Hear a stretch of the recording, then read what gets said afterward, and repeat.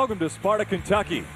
We're at the Kentucky Speedway for the Built Ford Tough 225 on Speed Channel.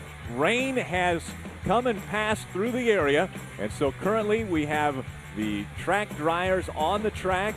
It's about 72 degrees, a light breeze, which means that it's drying the track a little bit quicker, but we will not be able to start the race as scheduled. But they don't think it's going to be too long until we do get underway with racing in Kentucky. Hello, everyone. I'm Rick Allen alongside of Phil Parsons and Johnny Benson. Now, yesterday we had rain. The qualifying and practice was wiped out, and so this morning we were able to get onto the track for about 2 hours. But then another rain shower came through about 2 hours ago, and so they've still been trying to work on getting this race started as quickly as possible. Now, what does that do to a driver's mentality when they think they're going to run at the scheduled time and then it gets pushed back just a couple minutes? Well, that's right, Rick. You know, the drivers want to be in these trucks. They want to be racing. They did get their 2 hours practice. It rained. It washed all the rubber off from the race earlier today, all the Hoosier rubber. It's gone. They're thinking the track's going to be just like it was at the start of practice. John, you're exactly right. There was an ARCA racer earlier today. They run on different tires in the Craftsman Truck Series. They run on the Hoosier tires. The trucks run on Goodyear tires. A lot of the crew chiefs and drivers think that their trucks react differently on that Hoosier rubber. Rain has washed all that rubber off. Most of the crew chiefs and the drivers think that the racetrack's going to be back just like it was this morning, Johnny, which was their first race practice on a clean racetrack. A clean racetrack because rain yesterday washed all the rubber off. But the talk in the garage area is nobody's going to catch the Ford truck of Bobby Hamilton. He was at least 2/10 quicker in the last practice session than all the other trucks. Everyone says if nothing happens to Bobby Hamilton, it's going to be arrivederci. And speaking of Bobby Hamilton, he's standing by with our own Ray Dunlap. Ray? Well, thank you, Rick. These guys just hanging out down here, Chase Montgomery, getting some words from Bobby Hamilton. And Bobby, Phil said you're the man to beat tonight, and no pressure here, but after we watched you in practice, your truck looked awfully good. After the way TV's been going the last 3 or 4 weeks about leaders and fast trucks, don't even talk about me, Phil. Talk about Carl for a while. So, it's good. But like I told Carl a minute ago, you know, we're going into nighttime. We was really fast at Kansas last week. Pit strategy or whatever bit us a little bit. I mean, we done exactly what we wanted to do. And then Carl ended up winning the race. We still didn't finish the second. But it's just about, these things are so aero sensitive. If you don't have clean air, if a guy gets out in front of you or whatever, you're pretty much done until you can get back around him. What about the rain and a brand new clean racetrack? Are you worried about that at all? No, I mean, they've done an excellent job grinding this thing. It's got a lot of grip. It's a momentum type racetrack. So, you know, Carl and I was talking about people scuffing tires and stickers. We didn't see any difference, so we only scuffed one set. So I think everybody's going to be good to go on it. Okay, well, this is Bobby Hamilton, and that's Carl Edwards, and Wendy's standing right there. So take it away, Wendy. Oh, thanks, Ray. Carl Edwards starts on the outside front pole. Let's talk about last week first. What a championship caliber performance coming from the back and getting the win in Kansas. Yeah, that was Cowboy and the whole Super Chips team. I mean, that win was, it definitely showed how strong they are as a team, and I'm just glad to be part of it. I mean, to win at my hometown like that, especially after a beginning, you know, a first lap like that, I never would have thought it would have ended up that well. Now, how is your truck for today? You had 2 hours of practice. Are you happy with it? Yeah, we're really happy with it. If I don't look at how fast Bobby is, we're ecstatic. It feels really racy. It feels really good.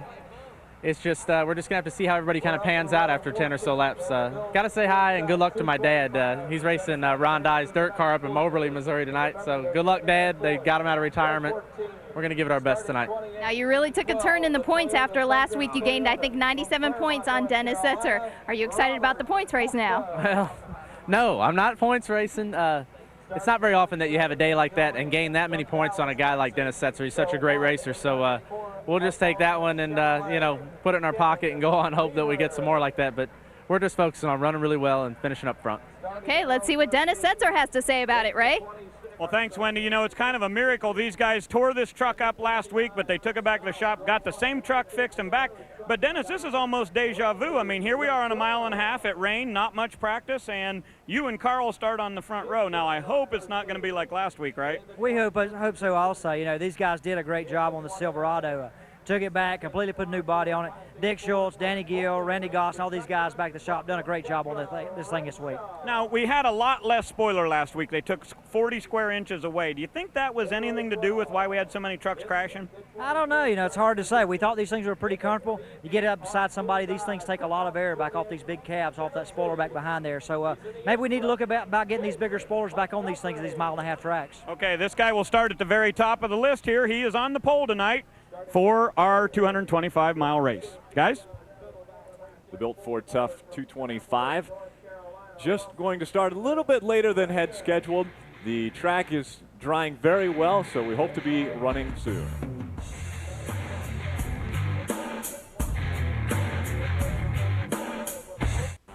Kentucky loves racing. From its majestic pastures to its gorgeous sunsets, Kentucky is a place of refined living. The home of the Derby plays host to a different kind of horsepower tonight, as the Truck Series rolls into town for race number 11. The odds are a good handling truck will take the checkered flag. Carl Edwards already knows Victory Lane here well. Can he repeat last year's sweet success? It's post time at Kentucky Speedway.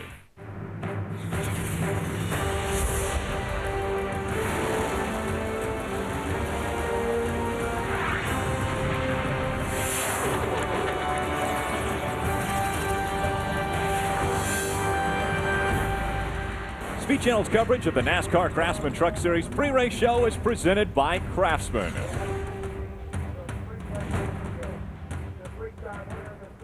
Weather has slowed us down a little bit, but it hasn't stopped us. The track is drying very well. We're still planning on getting underway just a few minutes after when we were scheduled to start, but everything is going as according to plan, and so the track is drying well, and we'll be getting underway shortly. One driver who stepped into a very difficult situation this year was Steve Park in that New Orleans Casino 62 Dodge. We look at Steve Park. Steve Park had big shoes to fill coming over to the 62 Orleans truck. Following Brendan Gaughan's 6 wins in 2003, many looked for the 62 team to display their dominance again in 2004. Luck is a big factor in racing, and Steve Park started off the year with all bad. Park has been under the microscope this season, and his luck has started to take a turn. Since his first top 10 finish at Texas, Park has quieted the critics with 4th place finishes in the last 2 races. Overcoming misfortune and a little luck on their side, the Orleans Dodge may soon find victory lane for the first time in 2004. 2 top 5 finishes for Steve Park in the last 2 races. Steve, is this the turnaround point that we've been waiting for? I sure hope so. I mean, the Orleans Dodge is running good, and we're just finally getting the people in place that we need to get in place. And we're still short a couple people, but the team's really looking up. And just again, want to wish Brendan good luck on Sunday. It's his birthday today, and so good luck tomorrow, buddy. And just want to say hello to the Waller.com family that's supporting us here in Kentucky, and hopefully we can put that Orleans Dodge up in the front where it needs to be.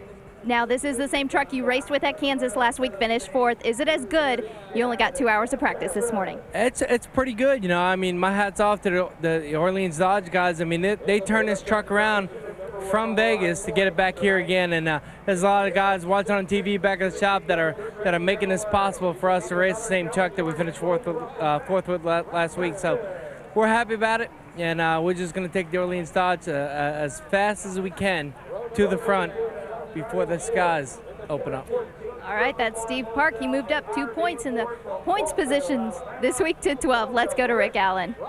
Thank you, Wendy. We hope the skies don't open up as we take a look at the Ford top 10 point standings. Dennis Setzer will start on the pole. Carl Edwards will be on his outside. Again, the rain has wiped out practice and qualifying from yesterday, and so we will line up based upon points. And the points gap really closed up last week. The point lead was over 130 points Dennis Setzer had over Carl Edwards. Carl looked like he was in for a horrible day. He got into the fence on the very first lap, but Cowboy and all the guys did such a great job getting his truck put back together. He ended up winning the race and gains almost 100 points on Dennis Setzer. So it was a big week for Carl Edwards. Carl Edwards wasn't involved in last Thursday's little softball, I guess you could say, battle that we put on.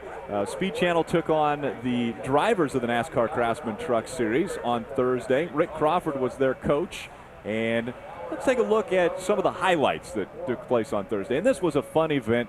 Craftsman put it on. This was the 4th annual event. Last year it actually got rained out. There was a very solid performance. Actually, that was me. I apologize. I can't talk about myself on air. Ted Musgrave, one of the drivers. Rick Crawford, I mentioned, was the coach. Ray Dunlap, our own pit reporter. A shot to the pitcher.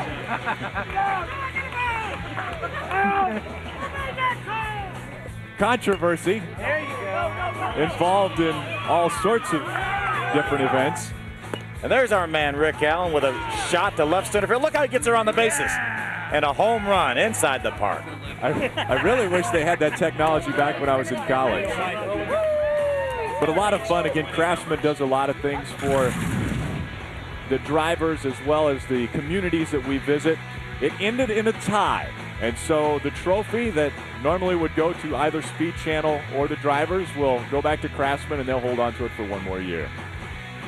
One guy that was really spectacular was Randy Bullen. He's a cameraman for Speed, and not only was he filming the game, but he was also playing in the game. So he would turn the camera on, run out there, hit, and it would follow him around, and he'd do pretty well as far as doing double duty. He was 2 for 3 with a double in an RBI or two. I'd say that he was our MVP. For Absolutely. The Speed team. Well, the coach for the drivers team was Rick Crawford, and I believe that he wasn't able to get out and enjoy any of the actual softball action, but he did throw out the first pitch for the Freedom game that took place right after us. And so that was pretty cool that he was able to be a part of that. We take a look at that fastball that he threw to me. Number 14 struck the ball forward. Right, that's awesome.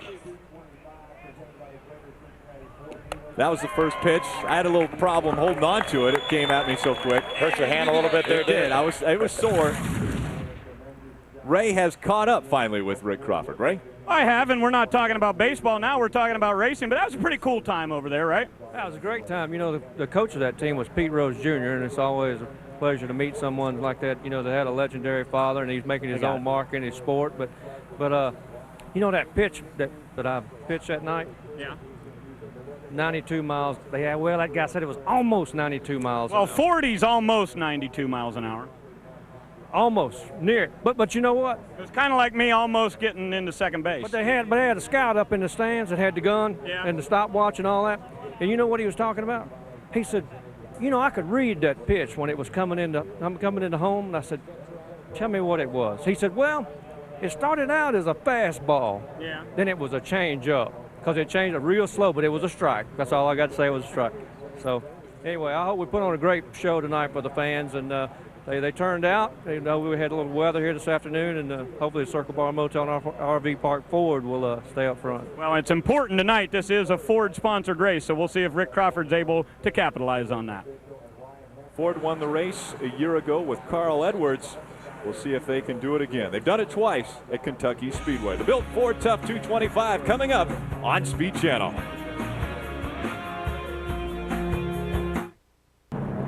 Welcome back to the Built Ford Tough 225 on Speed Channel. Blue skies peeking through those wisps of clouds above Kentucky Speedway. Let's take a look at the U.S. Army starting grid. Dennis Setzer and Carl Edwards will line up in the front row. Again, this is based upon points. Qualifying was rained out yesterday.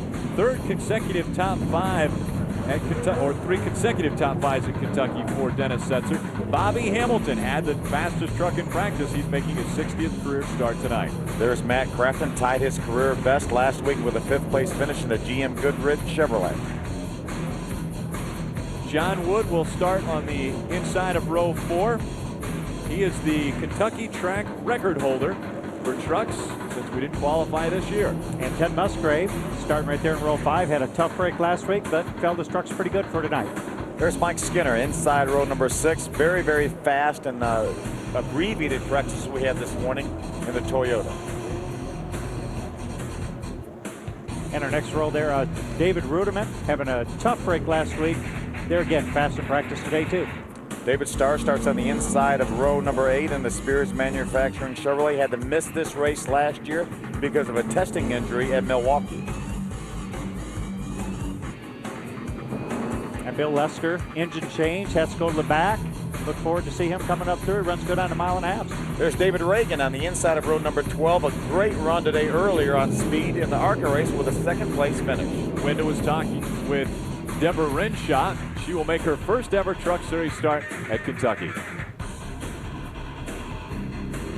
There's Jay Sauter inside row number 18. His first Craftsman Truck Series start in almost 5 years. A 4-time series winner. Formerly drove for Richard Childress in the Truck Series.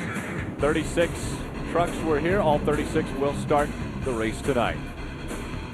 Craftsman track description for this 1.5 mile tri-oval. Very, very fast. 14-degree banking in the corners, but Johnny, we talked about earlier, this racetrack used to be extremely rough. They ground this racetrack. They continually try to make it better. All the drivers rave about it being smoother. You were here a couple months ago. Yeah, a couple weeks ago I ran a Busch race here, very smooth. I mean, I heard all the drivers talk about how rough it was. We got on track, very smooth, and also two grooves, which would be great for the race tonight. Terrific purse there, Rick. Almost $750,000, one of the biggest purses of the whole year. Second highest purse for the Truck Series. We'll be riding on board with a few different trucks. Starting in 28th position will be the number 12 of Robert Huffman. There's Terry Cook, the Power Stroke Diesel Ford, 2 top 10s in a row coming into this race, trying to get that streak going. Continue with new crew chief Jamie Jones. This will be the 151st top 10 start for Jack Sprague. He starts 10th, and he's only run 183 races. That's a pretty good starting average. There's last week's winner, Carl Edwards, starting from the same position he started last week on the outside of the front row. He doesn't want a first lap like he had last week. He got into the fence after contact with Dennis Setzer on the very first lap. They worked on the truck all day long, ended up in victory lane. One of the hardest working women in all of the Truck Series. Did a great job in our pre-race show. Wendy Norris. Well, thanks, Rick. We're just waiting for the green flag to fall here, but we are going to talk about one of the most consistent drivers in the Truck Series right now is Matt Craftsman. Of course, he has 4 top 10s in a row, so he has been on a roll this season. Crew Chief Wally Rogers says their goal is just to be consistent this year, rack up the points, and be there at the end.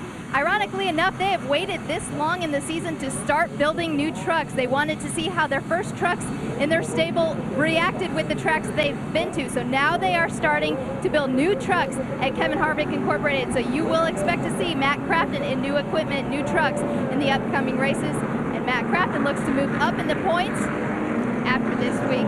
He's already in 5th in the points. Let's go to Ray Dunlap. Well, thank you, Wendy. You know, every week we talk about how important the crew members are down here on pit road. Well, thank you, guys. I appreciate that. Take a look at these guys, Ted Musgrave's crew members, right? They'll all be ready to go to work. Fonzie and Keith Plaza. But you see Steve Haraney on the wall. Steve is normally a tire changer, but this week he's going to have to be a jackman. It's been over 3 years since he's gone over the wall as a jackman. Why? Their jackman, Rick Pennington, missed his flight today out of Charlotte. He didn't make it here. So Haraney will now be a jackman, and they had to bring in an extra tire changer. So a little bit of confusion down here of who'll be doing what. But we'll keep our eye on crew members and see if these guys are able to do the job for Ted Musgrave.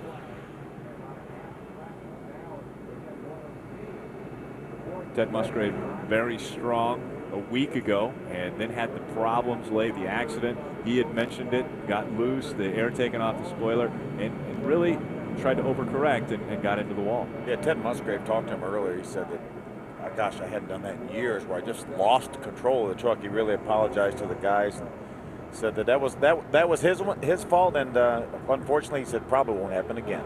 Wendy? Matt Craftsman's already off to a shaky start before the green flag falls. We just found out that he has no radio communication with his team. The only person he can hear is his spotter, and that spotter is Rick Corelli. When an event like this takes place, when you have problems, when you have rain delays, and just things keep compounding on, and then you've got problems with communications, Johnny. Well, I'll tell you, as a driver, you're sitting in that truck going, man, okay, I can hear somebody. How come they can't hear me? So the crew has got to say, okay, can you hear us or not? You know, so they start asking questions, stick your hand out the window, hit the door, do something, just so they know that, know that they can hear them. And we see the green-yellow right now, meaning that this event has officially started. They are taking the green-yellow. They're going to try to dry the track.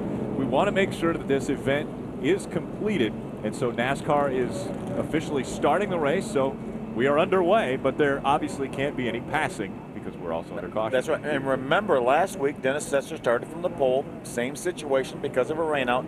Never led a lap. Got involved in an altercation with Carl Edwards on the first lap, and then ended up getting taken out on the second lap. But he will get 5 points in this race because when he come back around to complete lap 1, he will be leading. Ray? Hey guys, so let me follow up on that Musgrave story just a little bit. What do you do when you're short a crew member? Well, you go to the other garages and look for somebody. This is Mike McLaughlin. He changes tires for Ryan Hemphill's car.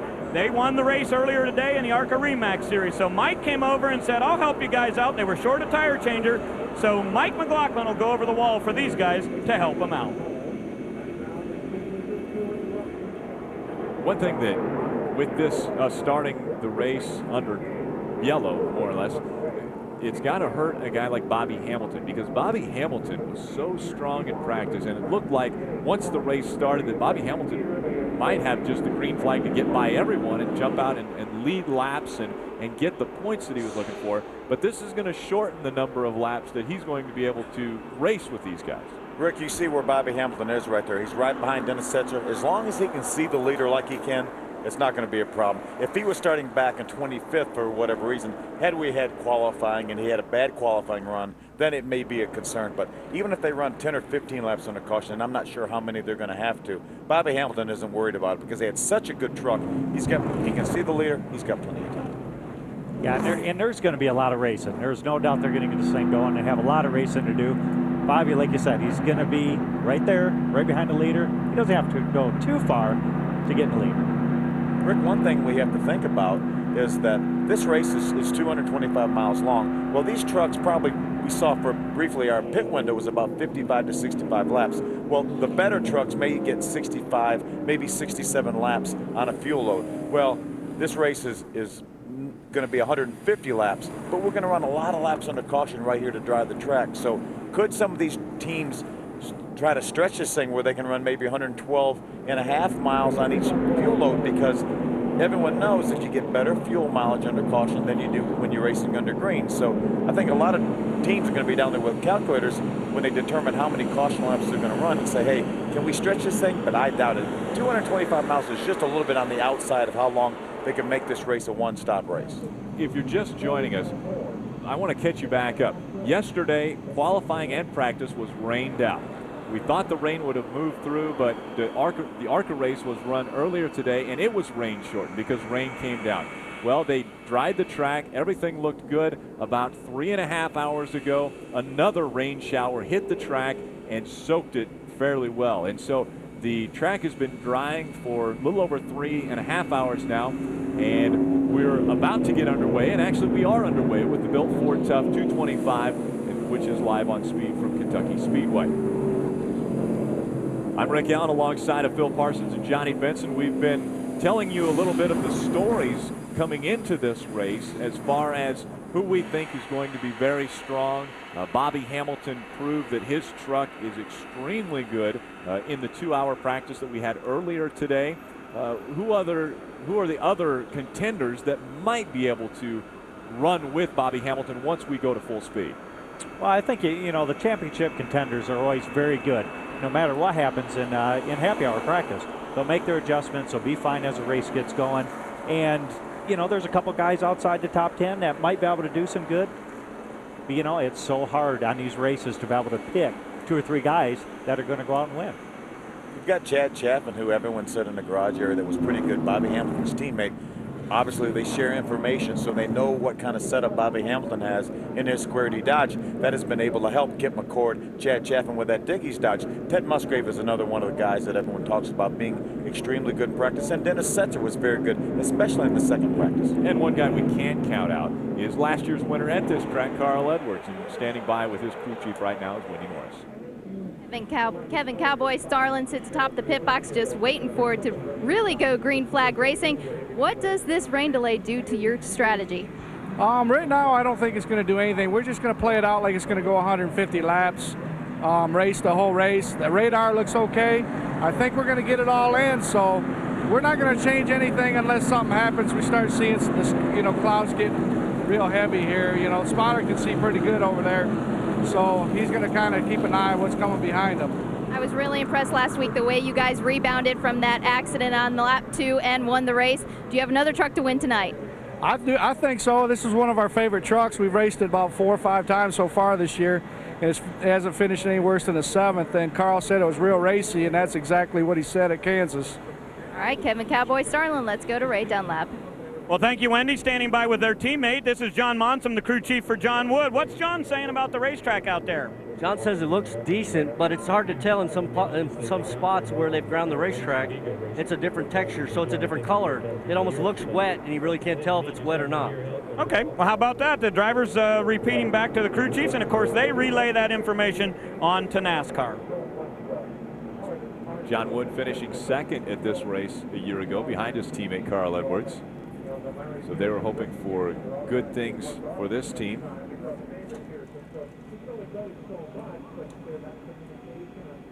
We continue to dry the track at Kentucky Speedway.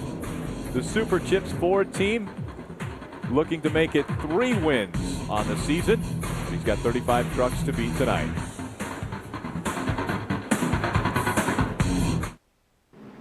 As the pace truck and the cars make their way out of turn number 4, they will see the green flag fly, and we're underway with the Built Ford Tough 225 at Kentucky Speedway.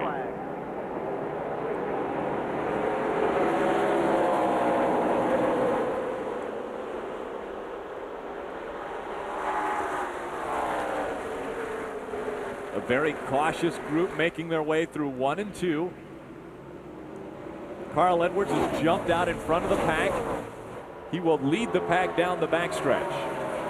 John Wood looks to make it 3 wide going in turn number 3 on the inside of Travis Quapple.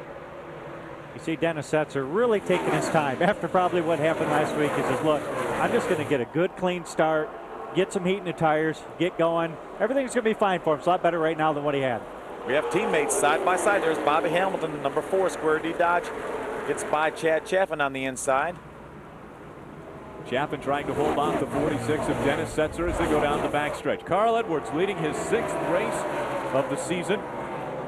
He led 40 laps here in 03 in claiming the victory. Look at Matt Crafton up on the high side. One thing about this racetrack, Johnny, you can run 2 wide, maybe even 3 wide. A great surface and good grip all the way to the top. The outside of this racetrack is a very good place to race, and the start of this race is not bad at all, because the bottom, if it's going to be wet anywhere, it's going to be right down there at the white line. You see just a little tail of darkness there where it's still a little damp, so the outside's going to be good. Race for the lead right here. We talked about how strong Bobby Hamilton's truck is, and right by Carl Edwards he goes to take this top spot. I don't think one person in the garage area is surprised that Bobby Hamilton went to the lead and he went this quick.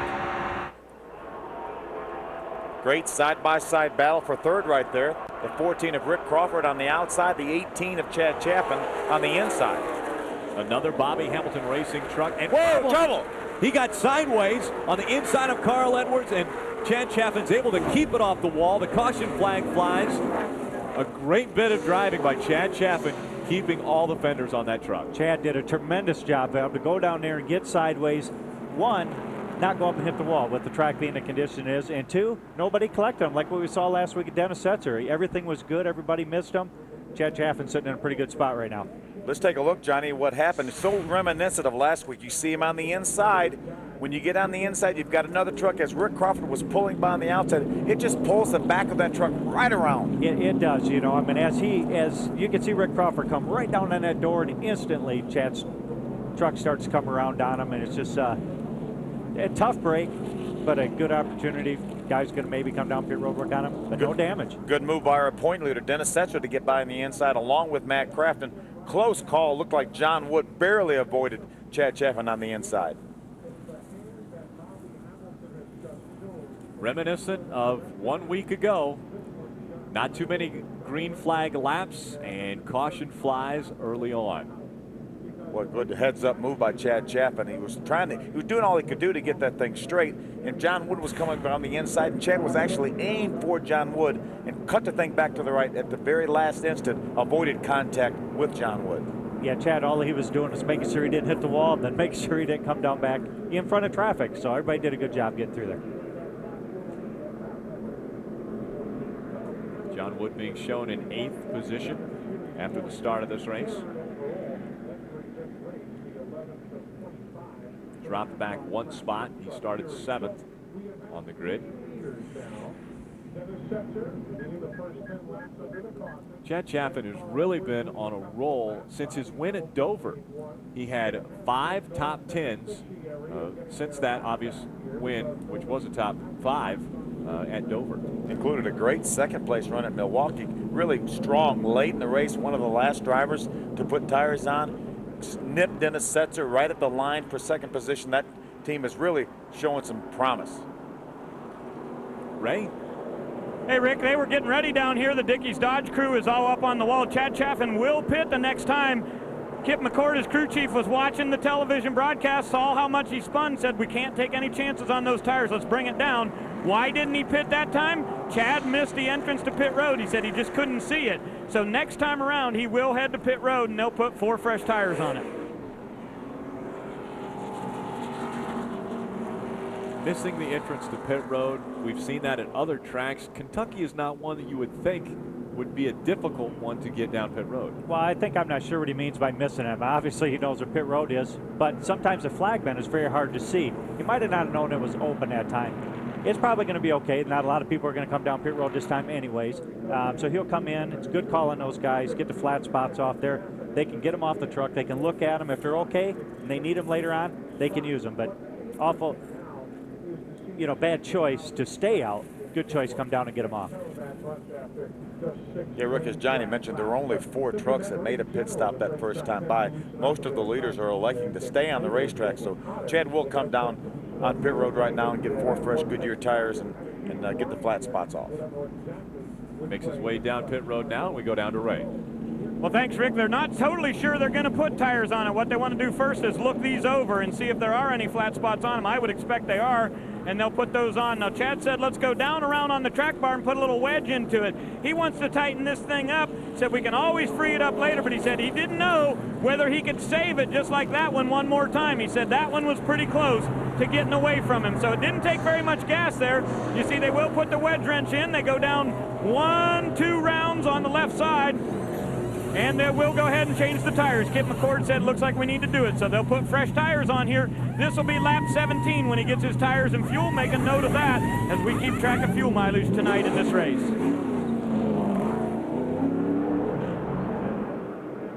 little bit of problems on that left front tire, getting it on as far as holding them up a little bit. But when they look at those tires, because we have a limited number of tires in the truck series that they can utilize, how bad does the tire have to be before you can't use it? Well, I mean, it's tough. He did slide a long ways. I'm sure he's got 1 or 2 of those into the cords. They had to change them. They had to take them off the truck, at least look at them anyways. They can always put them back on later, but they had to do that. Yeah, as Johnny's talked about earlier a couple of weeks ago, these tires only have about 3 or 4 30-seconds of an inch of rubber on them, so it doesn't take much when you're sliding sideways across the racetrack to wear the rubber right down to the cords. Green flag flies again at Kentucky Speedway. Bobby Hamilton takes it this time with Carl Edwards just behind him, Rick Crawford, Dennis Setzer, and Matt Kraft in the top 5. Great restart by the 15 truck of Shane Meal. He's passed at least 2 trucks, got a good run, anticipated the green flag, passed him on the outside, which is legal. There he is right there, center of your screen racing. Looks to the inside of Steve Park, the Orleans Dodge. John Wood right behind him. You still see the outside of the track is pretty good. I mean, it looked like Shane Meal had the outside run on him, decided he's going to go down underneath them. Very cautious getting down into turn 3 on the inside.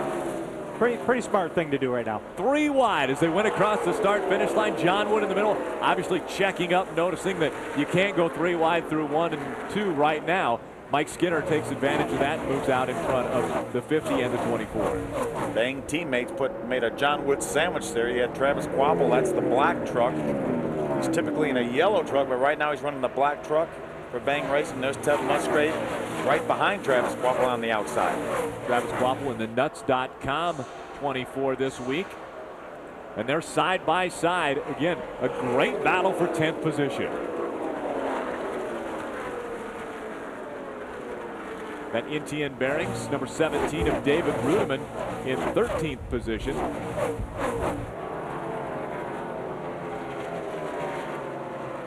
With more on Travis Quapple, we go down to Ray Dunlap. Well, Rick, just wanted to add that Travis has been on the radio saying he hates the truck up on the high side. He'd really like to get down to the bottom. He said it's just really, really loose up there. He's trying to find a way, if he can get out of that traffic, to get his truck down to the inside of the racetrack. Does not like driving on the high side. That's going to be fine for later. You know, if he's a little loose right now, I think that'll be good. The track will tighten up as they get heat, the moisture out of it, and, you know, the longer they run, it'll start to tighten up a little bit, and I think he'll be happy with his truck as the time goes. Most of the drivers and teams talk about trying to make their truck, as you mentioned, a little bit free to start with, because as they wear the fuel load down, and as the air pressure builds up, as we see Mike Skinner go battle for position with Shane Meal, that he takes over the 8th position. As the fuel load goes down, air pressure builds up, these trucks have a tendency to tighten up, so you want to be a little free to start with so you're not too tight as you wear out the fuel. We expected that Bobby Hamilton would dominate this field. He's already put 1 second between himself and second, but a great battle for 5th position between Dennis Setzer and Steve Park in the 62. You know, Wendy talked to Steve Park earlier tonight and talked about how his season has turned around. He's coming off 2 fourth-place finishes in a row. I think we're going to have to get used to seeing that Orleans Dodge of number 62 back up front like it was all last year with Brendan Gaughan. Steve Park, Charlie Wilson are really getting their act together right now. They're a strong top 5 contender each and every week. Now, as drivers, you know that this track was just completely soaked not 2 hours ago, and yet these guys are going 170 miles an hour around this track.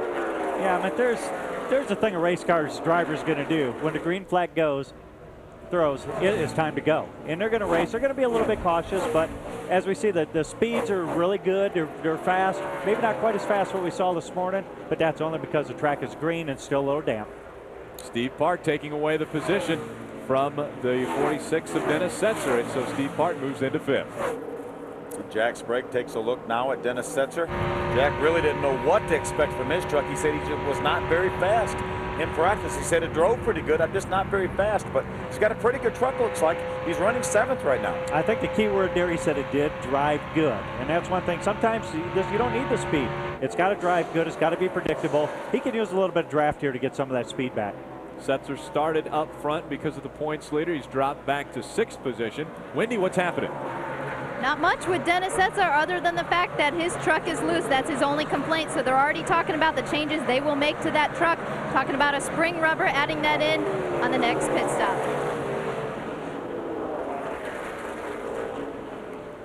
The lead continues to expand. Bobby Hamilton, 1.83 seconds now in 2nd place, Carl Edwards. And Carl Edwards is not running bad at all. It's just that Bobby Hamilton is dominant tonight. Carl Edwards looks back on the rest of the field. Bobby Hamilton trying to put him 2 seconds back. We continue at Kentucky.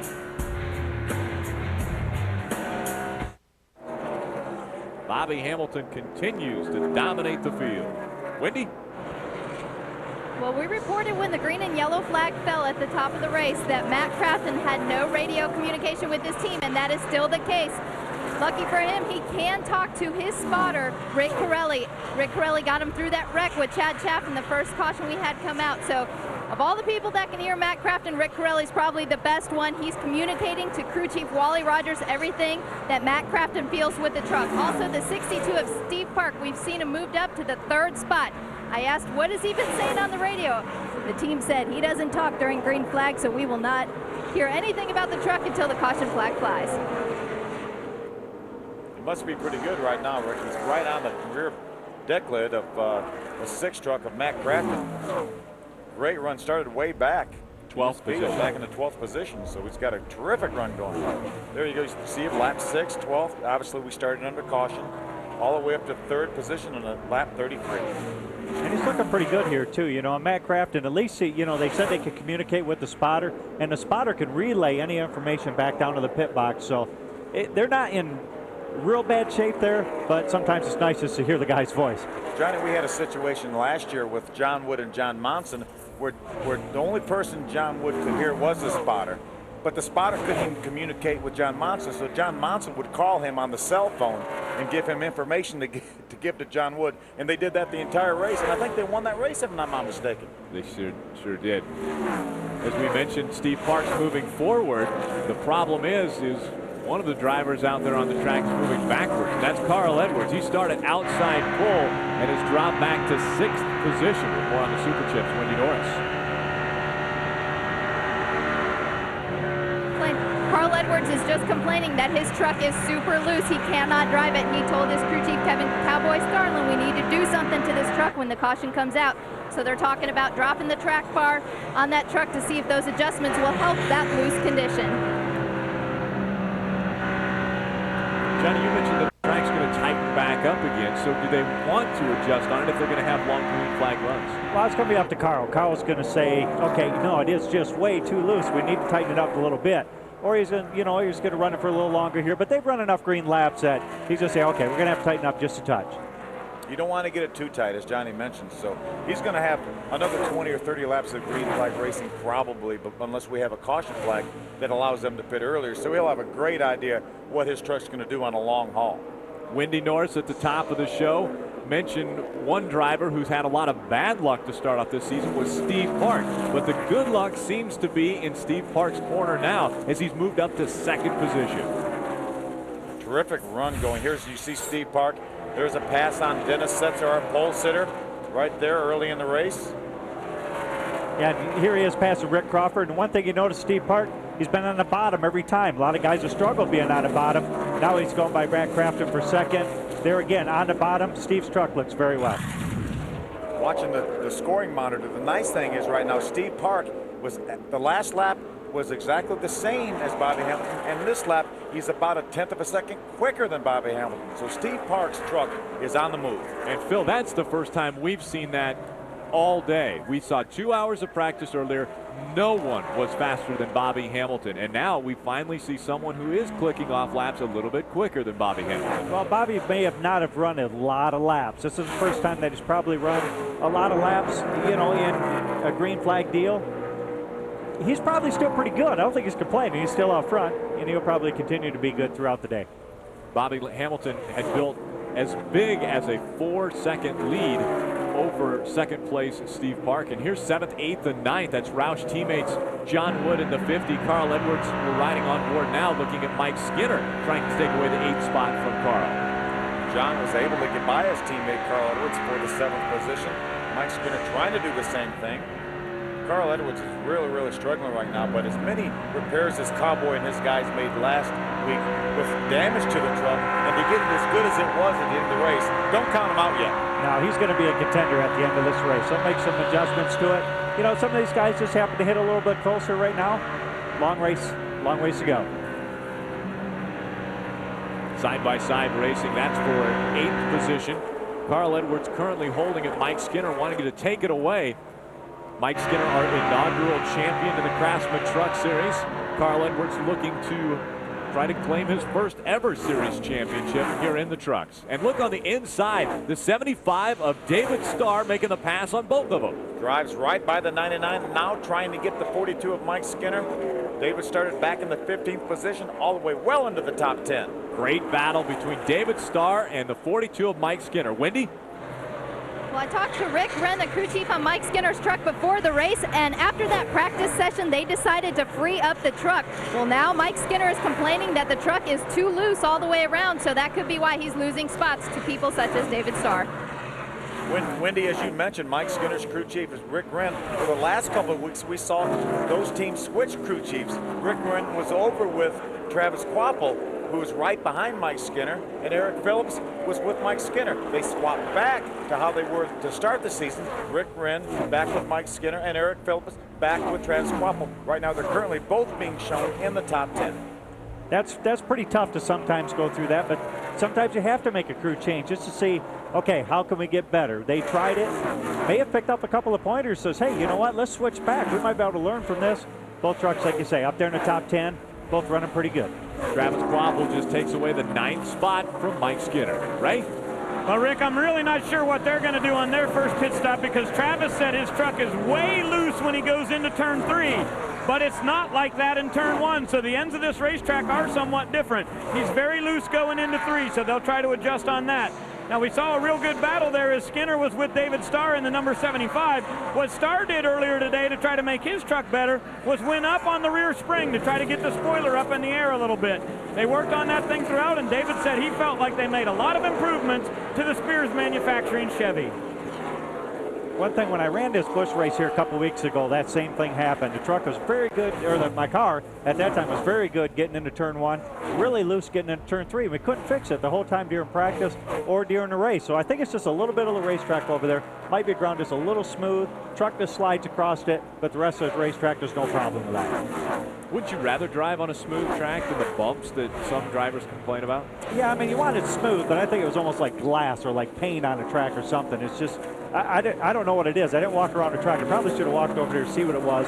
Just really slick, just that one spot in going into 3. I know coming in here yesterday, you said there seemed to be a slick spot getting in turn number 3. Hardly any of the drivers complain about getting in turn 1, just like Travis Quapple, but I've heard a lot of drivers talk about getting a little bit too loose getting in turn number 3.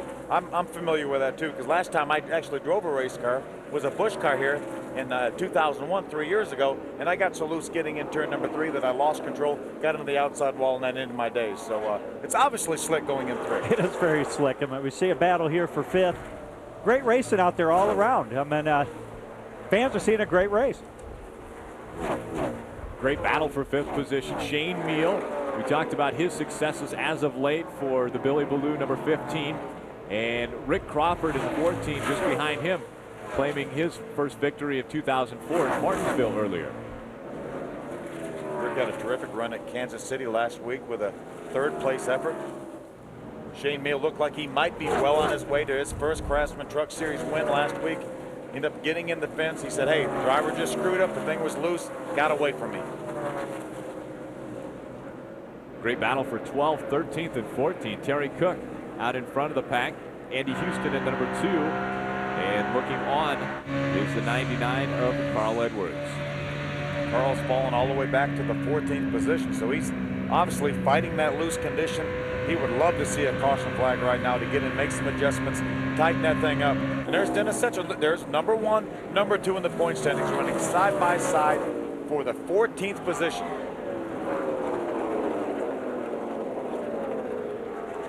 I think as these guys get racing, you know, they're thinking, okay, my truck doesn't feel good. I need to make some adjustments. But they're both saying, well, there's the other guy. So hopefully we can make some adjustments and get a little further ahead of him. He's obviously having just as much trouble as I am, because we started on the front row, and here we are 49 laps into the race, and we're side by side again. Take a look at the points as of now. If the race were to end right now, Bobby Hamilton would be our new points leader. 6 points back, Dennis Setzer, 37 back, Carl Edwards. How about that? Now, that's how quickly some things can change here. Again, the race is not going to end right now. Dennis Setzer, Danny Gill are going to make some adjustments. Carl Edwards, Cowboy are going to make some adjustments. Their trucks will be better as this race wears on. Just past 1/3 of this race, 51 of 150 laps are being completed. Carl Edwards has dropped back to 15th position as he watches David Ruderman drive by. Bobby Hamilton, the gap between himself and Steve Park had closed down to 3 seconds. It's back to 4 seconds between your leader and second.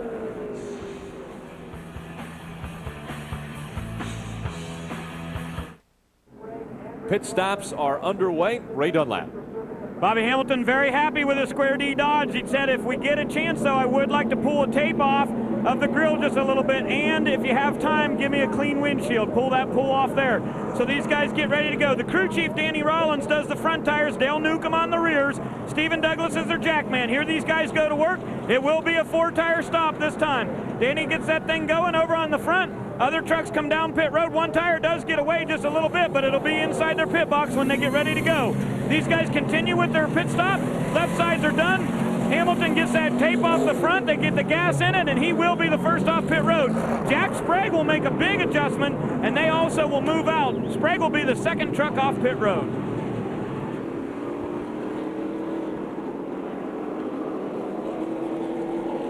Four-tire change for Bobby Hamilton is able to still get out in front of the field. but he was running really well. And so even if he didn't get out in front of the field, he still had a very strong truck. Again, we're under caution number 3. The reason for that is because of Shane Meal. Getting the bad luck continues for Shane Meal. Got to be very, very top of your screen. You see him go all the way up towards the wall, makes some contact with the outside wall, but watch this truck when he comes down the backstretch. You see the right front of that truck, that's the wheel sticking out there. Either broke a wheel, Johnny, or had a wheel loose that maybe fell off and it broke the center out, looked like maybe. Well, it may have been loose and it just broke the center off, and as you can see, it's trying to come out of the truck. Went up there and just bumped the wall a little bit with that tire hanging out. Probably did a lot of damage out of it. You can see the center is broke out of it. It's coming into pit road, and like I say, he's in the garage working on it because he's got more than just that center that broke when he did bump up into the wall.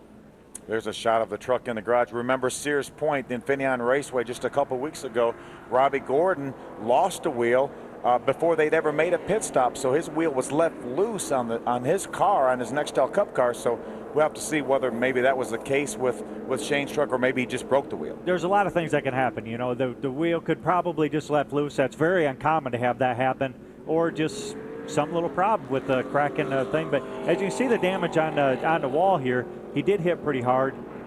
Could have broke it when he did that too, but it was, you know, something definitely got him going toward the wall.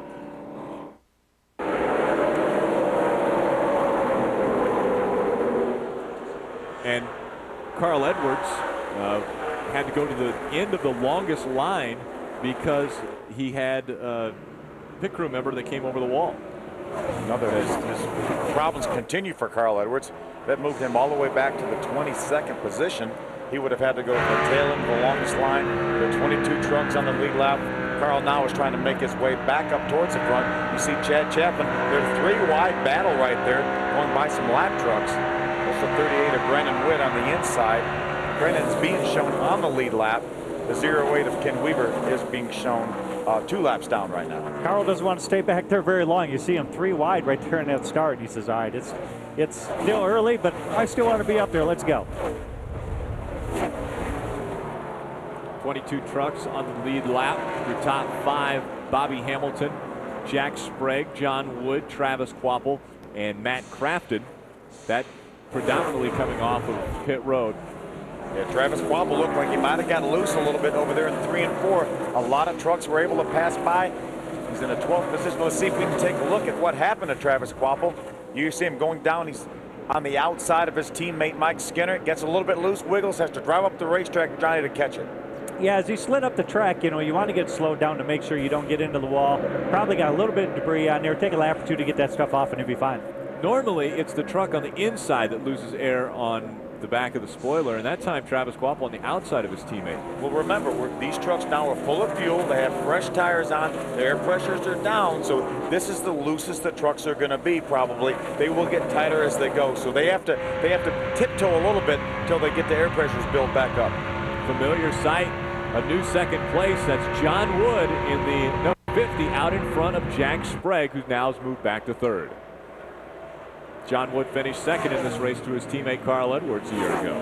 John was pretty happy with his truck earlier today in the practice session this morning, but again, there was some guessing as we see Steve Park pass by David Starr. That's for the 6th position.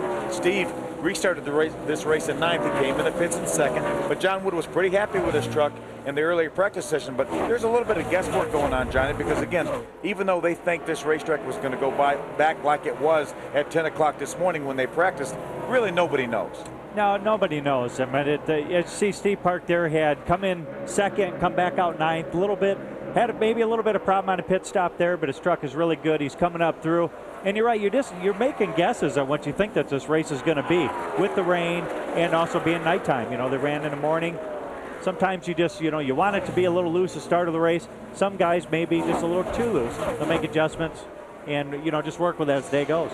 That Orleans Dodge had a bad pit stop. They dropped all the way back to 9th, as you had mentioned, Phil. But now he's moving his way back through the field. That is a very strong truck. He's got a great truck. He was able to match Bobby Hamilton's lap speeds right before that caution flag where everyone pitted just a few moments ago. So I was curious to see what would happen once they got together. But obviously the pit stop eliminated that possibility. Bobby Hamilton came out in the lead as we see Steve Park trying to make his way by Mike Skinner. One thing we haven't talked about much, Steve Park working him on the inside.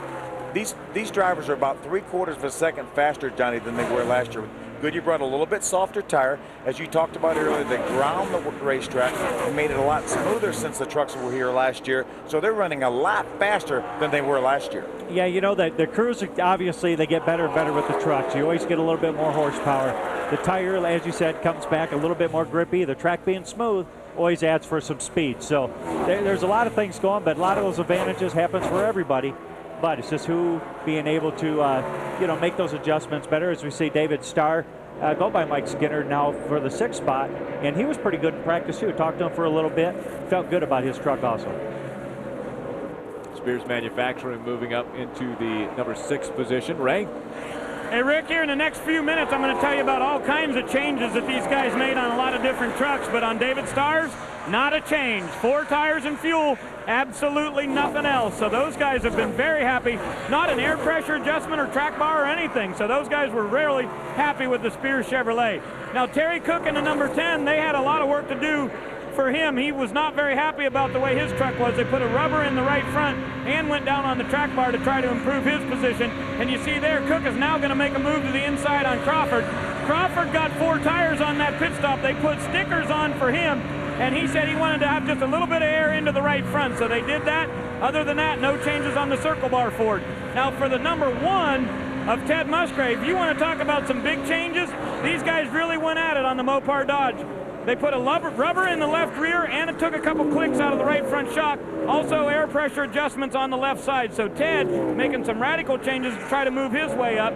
That's why he's so far back in the pack, as these guys had to do a lot of work, and he lost a lot of spots on pit road. But hopefully that'll help him later.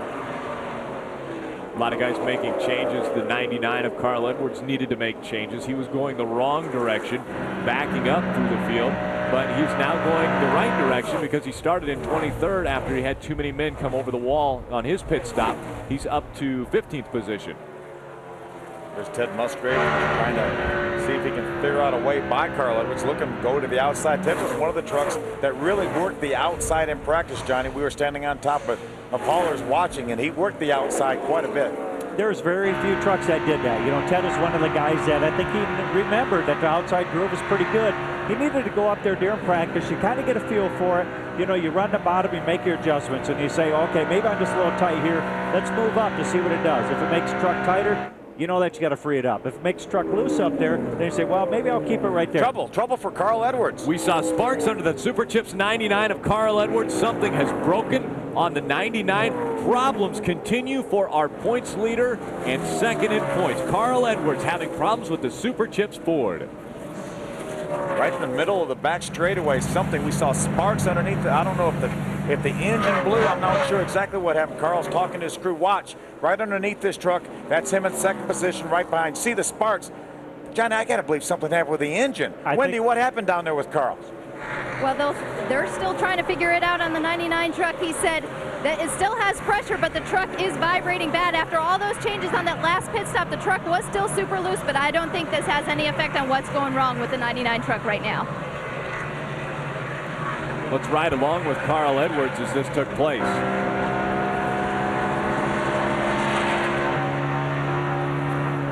That was kind of an odd deal there. Not sure what that was. He's probably pretty miffed about it right now too. He just slowed up. It looked pretty big, like something obviously did happen underneath there. So they just have to go through and see what happens. We're hearing maybe it's a clutch that may have broke on it. A lot of sparks going up underneath the thing. So something definitely broke. Something definitely come up underneath that truck. Caution flag has not come out though. And so the 99 Super Chips Ford continues to lose laps to the field as he goes down onto pit road. What a horrible break for Carl Edwards. Gained almost 100 points on Dennis Setzer last week. Came in this race second position in points, only 34 behind, and he's obviously got serious problems. And you're going to see him make the hard left to go behind the wall. So his day is essentially over as far as being in contention. Yeah, the engine was running, so we know it's not that. I mean, we're hearing that it's possibly a clutch, but the crew's got to get underneath the thing, got to find out exactly what it is. Early on, we talked about the luck of Steve Park. Well, he's making his own luck right now as Steve Park is working his way up to second position as he gets by John Wood. Got by John Wood and the 16 truck of Jack Sprague. He was fourth last time by. Comes by this time second. Great battle, second, third, fourth, and fifth. That's the sixth of Matt Craftsman. Looks to the outside of Jack Sprague for the fourth position. We have great racing second through 35th, but somebody who isn't even close to this field is Bobby Hamilton. He's put almost 8 seconds between himself and second place. Yeah, we saw during practice how good he was, and the key is going to be is can he stay good that whole race. He might not be able to do that. These guys are going to work on their trucks and get off a good too. Bobby Hamilton was our leader at the halfway point. No driver other than Ted Musgrave this year has won a race if they were leading at the halfway point. Bobby Hamilton's putting his truck in some pretty precarious situations. Got a lot of lap trucks in front of him. Watch her 3 and 4 wide. Watch him split the difference here, Johnny. Yeah, I tell you what, for Bobby to put his truck in jeopardy like that with that big of a lead, shows you just how good he thinks he is. Just go ahead and run 3, 4 wide, whatever it takes.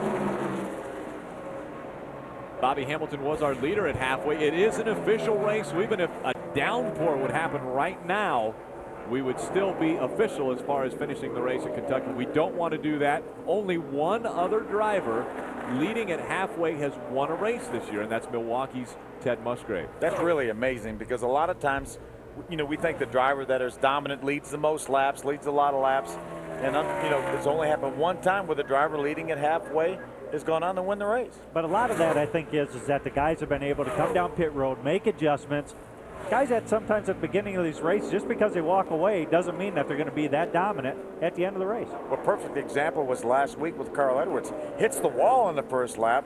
Cowboy and all the guys spend the rest of the race working on the truck, gets in position late in the race to take the lead, and goes on to win. Obviously didn't lead at halfway. Bobby Hamilton continuing to dominate up front. And one of the things that he's doing right now is he is solidifying his place as potentially our points leader at the end of this race, because Carl Edwards, who started second, was second in the points, has gone behind the wall with damage. Our points leader currently is in 16th position. And not only is he in 16th position, but he's almost 28 seconds behind Bobby Hamilton. Well, if they're clicking off 31.5 second laps, it's only a matter of time before he laps our points leader. And with more on our points leader, Wendy Norris. Well, when we talked to Dennis Setzer at the top of the show, we do know that this is the same truck that he ran at Kansas that was wrecked on lap number 1. The team went back to the shop and worked on this truck all week long. The problem today is simply handling. The truck is super loose. They came in on lap 53 with all those other trucks down pit road, made a lot of adjustments, added rubber to the right front, took it out of the right rear, but it still wasn't enough for Dennis Setzer. The truck is still loose, he says, if not worse. We take a look at the points.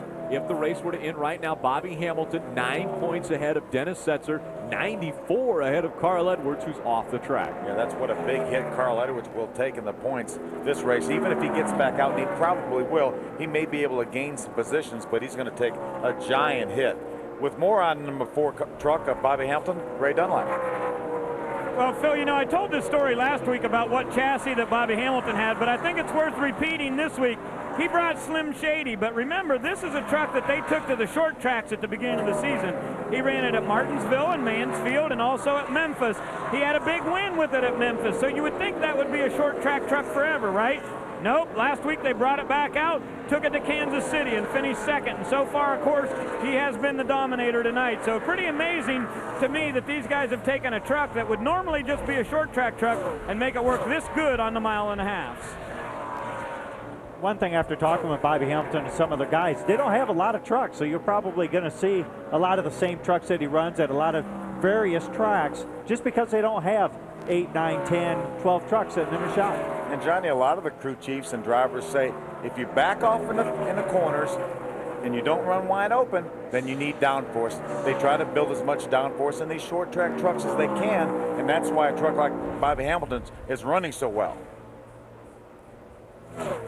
Bobby Hamilton Racing also has the advantage of a teammate in Chad Chaffin. Now, for a couple races after Chaffin won at Dover, they were going to the track with a little bit different setups, and Bobby Hamilton wasn't too pleased with that. He wanted to make sure that they were learning off of each other, and they had a little talking to after last week's race. Chad Chaffin went to Bobby and said, hey, we were junk last week. We need to get back to where we're running the same type of setups that you're running, because we're running a lot better that way. Bobby said, that's exactly what I wanted to hear out of you.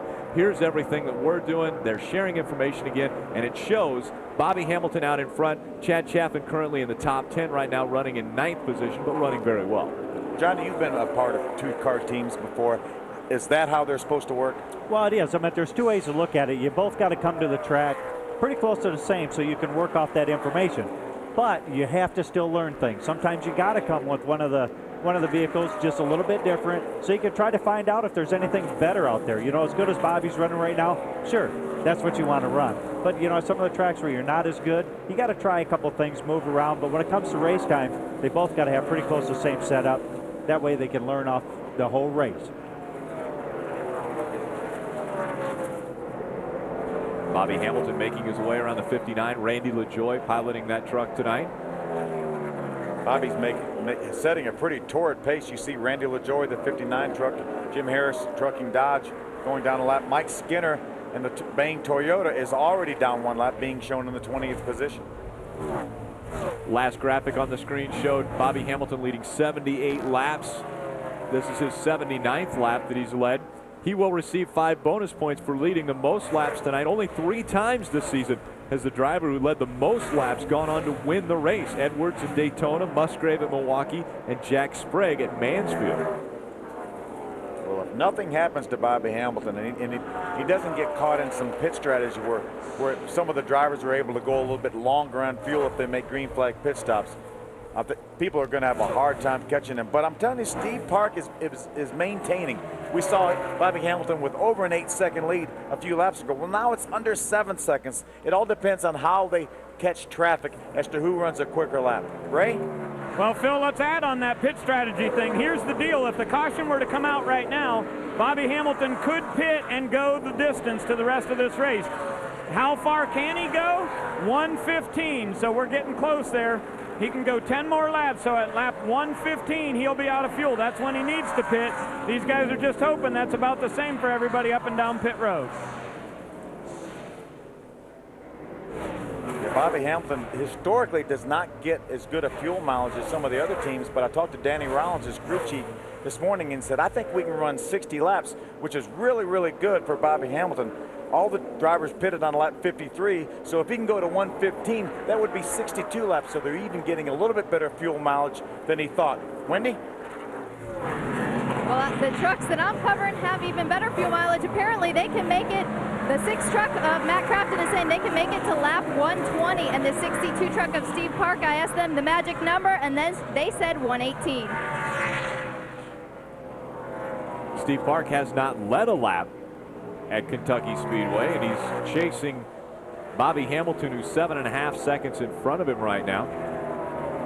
He's probably hoping at one point in time Bobby will come down there so he can lead that lap. One to get 5 extra bonus points and him being up front.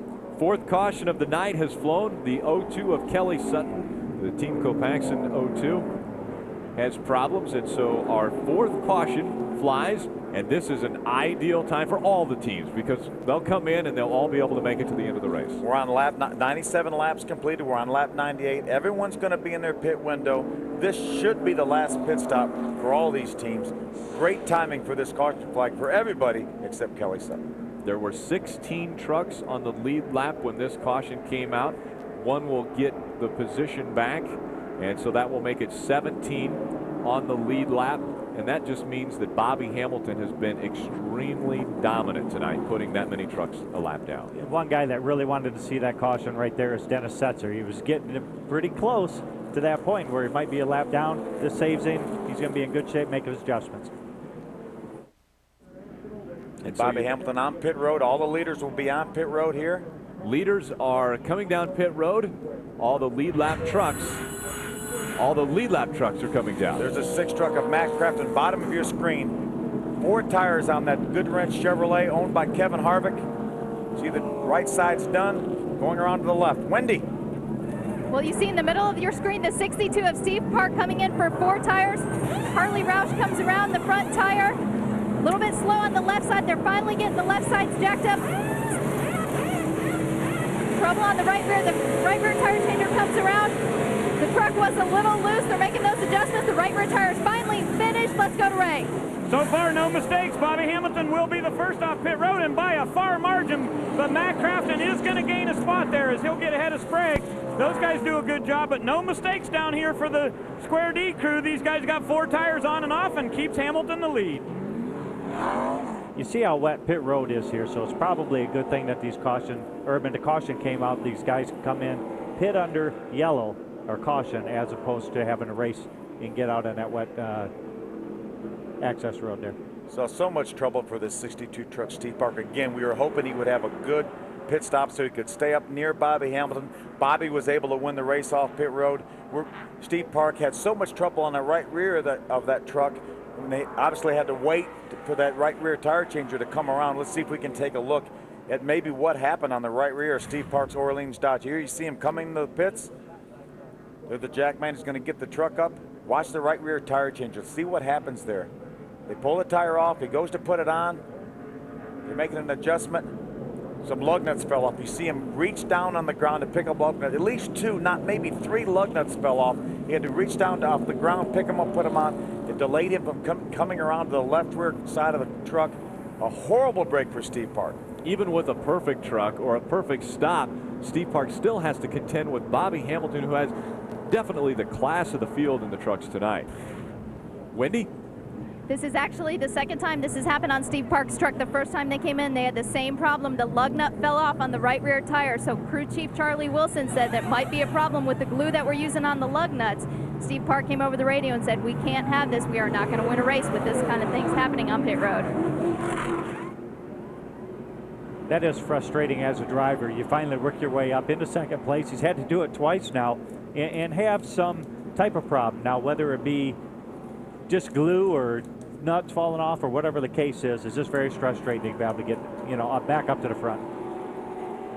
Frustration continues for the Orleans team, but one team that's celebrating, coming out first after leading most of the laps at Kentucky, is Bobby Hamilton. Welcome back to the Built Ford Tough 225 live on Speed. Bobby Hamilton, the class of the field, sets the pace as they come back for the green flag, and he has dominated pretty much every lap on this track. 87 laps led for Bobby Hamilton. Dennis Setzer led 11 early on in the race when we were under caution. Carl Edwards led 2. Shane Sieg has led 1 lap. Bobby Hamilton has dominated this day. As you mentioned, he dominated the practice sessions, and he's dominated this entire race. Looks like Steve Park may have the best truck other than Bobby Hamilton, but right now he restarted this race in the 10th position. Matt Craftsman was able to get off pit road second, but you see the gap already beginning to build between Craftsman and Bobby Hamilton. And Bobby's truck is just so dominant. Right down the bottom, goes anywhere he wants, moving right along. Take a look at Steve Park. Looks to make it 3 wide. Decides better of it. Following the 17 Indian bearing truck of David Rudum. He's on the outside of Rick Crawford, the 14 truck. Moving right up the track. They're side by side. David Rudiman falling behind the Tundra. One thing Steve Park didn't want to see is get caught in traffic. He's got some good trucks in front of him, but it's just so hard when you run that good and then have to deal with all this traffic once again. 3 wide right behind him. A great run by Robert Huffman, too. Right now being shown in the 8th position, right in front of this giant battle with David Rudiman and Rick Crawford and Steve Park and Tracy Hines. And there's Andy Houston, the 2 truck. 17 trucks being shown on the lead lap. You mentioned 9th through 11th. Chad Chaffin dropped back to 12th. Brandon Witt running in 13th right now. And our points leader coming into this race, Dennis Setzer, has moved up to 14th position. The key is he's on the lead lap. He's got a shot at a good finishing position. There's a good shot of Terry Cook, currently being shown in the 5th position right now. They've really got this thing going. They brought Jamie Jones in a few races ago. We mentioned earlier 2 top 10s in a row coming into this race. Looked like he may have had a top 5 going last week. Spun out coming off turn 2. turn 4, still managed to finish in the top 10. Ray Dunlap? Hey, Phil, they gained him 2 spots on pit road, too. They put stickers on that Power Stroke diesel Ford and went down 1 round on the track bar. Terry says it's pretty good coming off the corner, but he doesn't know for sure exactly yet whether it's improved it, but they did make a track bar adjustment, but they did get him 2 spots coming off pit road. And he's looking to take away another spot from John Wood, who's just in front of him in 4th position. Carol Ford's doing battle right there. I think Terry Cook's truck looks pretty good right now. He's able to keep a lot lower line coming off the corner, and that allowed him to get a little bit of momentum right there. He tries to work to the outside of John Wood. Yeah, I must feel his truck's pretty good. He's just working John Wood around a little bit, just trying to get ahead of him. Looks like he's able to hook the bottom extremely well. Hopefully get by him here shortly.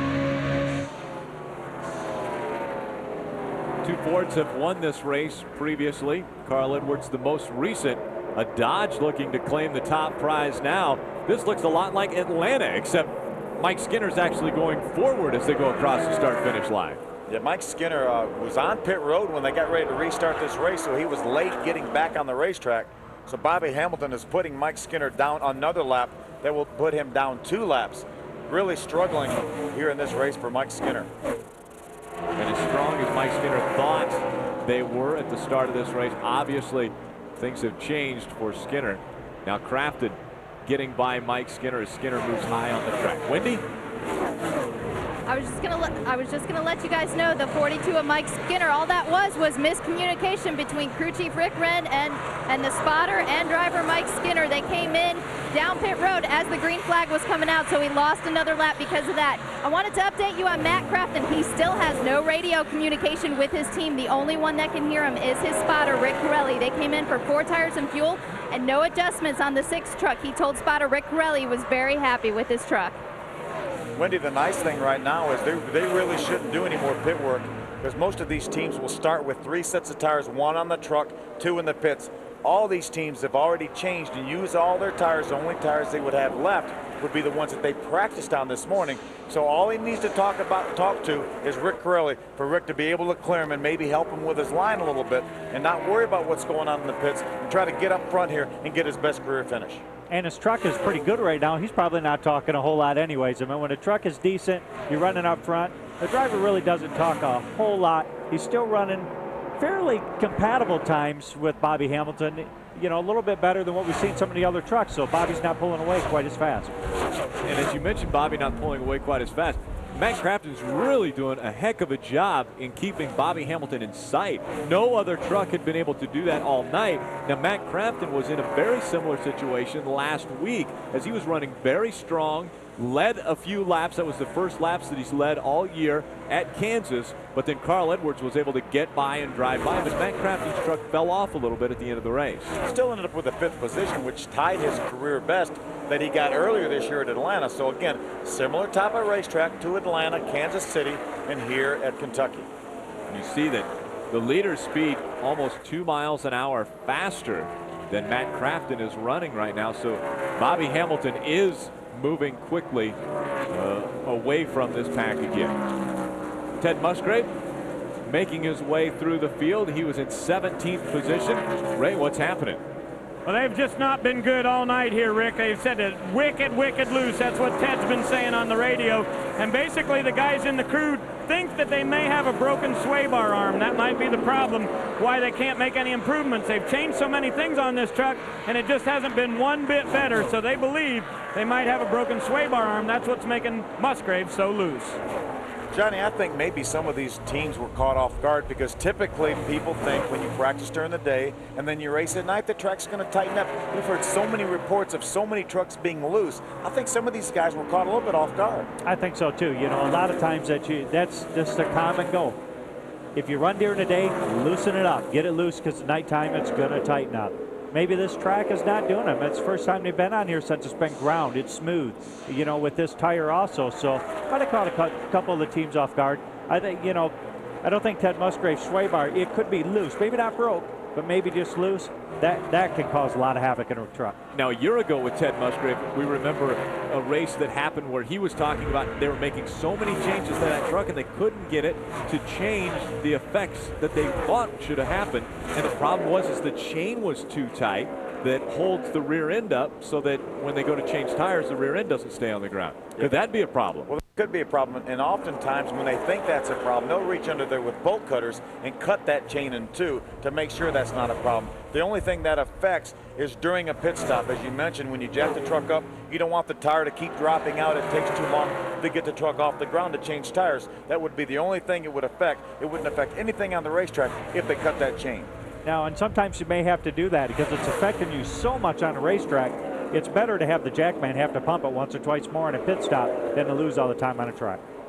Ted Musgrave lost 4 spots in the points race last week, and Dennis Setzer had probably his worst finish of the year last week when they had the problems. And now Dennis Setzer being shown in 15th position, but that points lead looks like it could disappear, and Bobby Hamilton could be our new points leader. That's a battle right there. That's the 0-7 of Shane Sieg battling with Dennis Setzer and Ted Musgrave for position. You know, we talked about what a championship effort it was last week for that team to get that truck back on the racetrack. Well, you're not going to be able to have too many days like this where you're going to finish 15th really without any problems and win this championship. It's competitive as this series is. You've got Bobby Hamilton running so strong up front. Carl Edwards, another one that typically doesn't have that many problems behind the wall for a number of laps. I think he's still behind the wall, going to be finished back in the 30s somewhere. So these guys got to get it together. You know, I think that Danny Gill and Dennis Setzer was one of the teams that we talked to that they felt like this track was going to tighten up. They maybe have been a little bit loose in practice, and they may even have loosened up a little bit more, thinking the racetrack was going to get tighter. Obviously, it didn't, and they're struggling. Carl Edwards behind the wall. They have the hood up on Super Chips 99 Ford. We saw early on in this race sparks flying from out underneath that number 99. He's being shown in 33rd position as he is off the track. He will probably finish 33rd. We look at the points as of right now. Bobby Hamilton will be your new points leader if Dennis Setzer's not able to make up any ground. All he would have to do is make up 2 positions right now, and Dennis Setzer would actually be tied with Bobby Hamilton for that points lead. Yeah, Dennis Setzer's being shown about 3 seconds behind the 38 of Brandon Witt, who's the truck right in front of him. And he knows he can get those back. I mean, a week ago, or 2 weeks ago, he had a 131-point lead. That's almost a top 5 or within that now, as you see a great battle here. Inside of 30 laps remain at Kentucky Speedway for the Built Ford Tough 225. Bobby Hamilton continuing to lead the field around this 1.5-mile tri-oval. No one is having a more dominant run than Bobby Hamilton in the Square D Dodge. Now, we saw him almost an 8-second lead earlier. Now it's just 4 seconds with Jack Sprague being in second. Jack's not going to let him get off too easy here. He's going to go up there and try to chase him down and see what kind of times that he can put. Maybe not quite as fast, but long ways to go. Jack Sprague taking away the number 2 spot from Matt Crafton. Crafton fell off the pace and probably didn't let Jack Sprague get by, but Jack Sprague made that pass. Well, Bobby Hamilton still 2.5 tenths of a second faster that lap than the second place truck of Jack Sprague. A torrid pace he's setting here. And in practice, Bobby Hamilton was running 31.4, 31.5 as slow as that last lap, 31.67. He is not falling off at all, but Jack Sprague's trying to reel him in, right?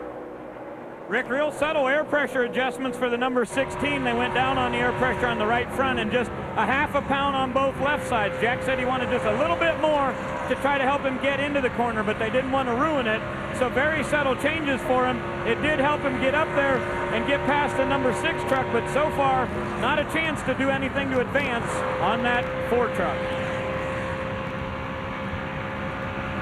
And nobody has advanced on the Ford truck. He's just run so strong. Another guy that's put a very good effort in is Terry Cook tonight. Terry Cook running in the 5th position. Just a few moments ago, we got a report that he got together with the 75 truck of David Starr. You see David, the 75 truck on the inside. See when he comes off the corner here, see if they make contact.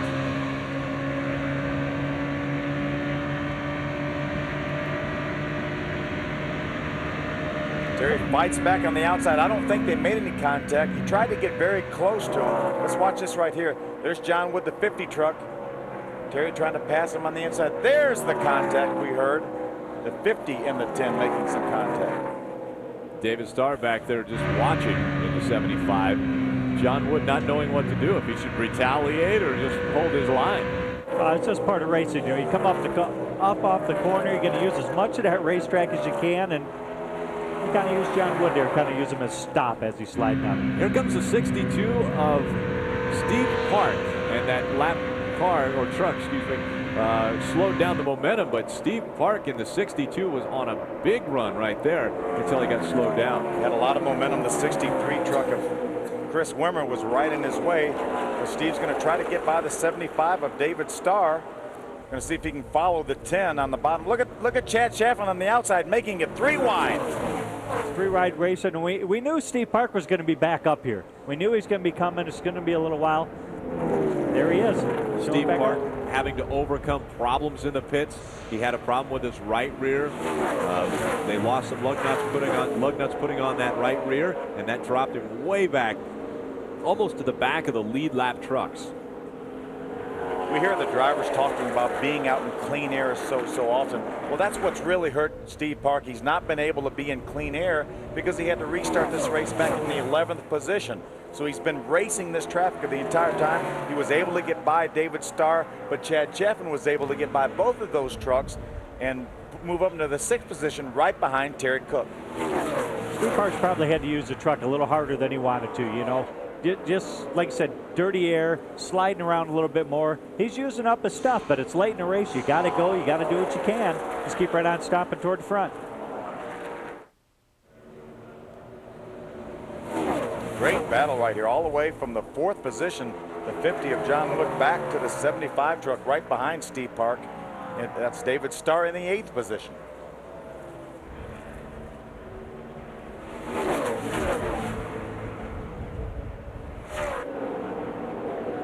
Steve Park probably forcing his way around a few of the different trucks. And frustration has to set in a little bit. When you're running so well, you're running in 2nd place, and you come in and you have problems in the pits, and that drops you so far back. It does. You know you got a good truck. You got to work your way back up, but you're still a little mad over the pit stop, even though there's nothing Steve can do about it. Even the crew has, that happens. You're going to have problems in the pits. But you just got to, you got to be careful. You got to take care of your truck. But there's not a whole lot of time to get up there. There's a lot of great trucks that he's got to pass to get there. Great side by side. There's Steve on the inside. Look at David Starr look to the inside to try to make it 3 wide. Didn't quite get underneath Steve Park. Steve Park a little loose there as he goes through 1 and 2. And the 18 on the outside, Chad Chaffin, looks as though he'll settle in, trying to take away the, it looks like 5th position from Steve Park. What's happening with him, Ray?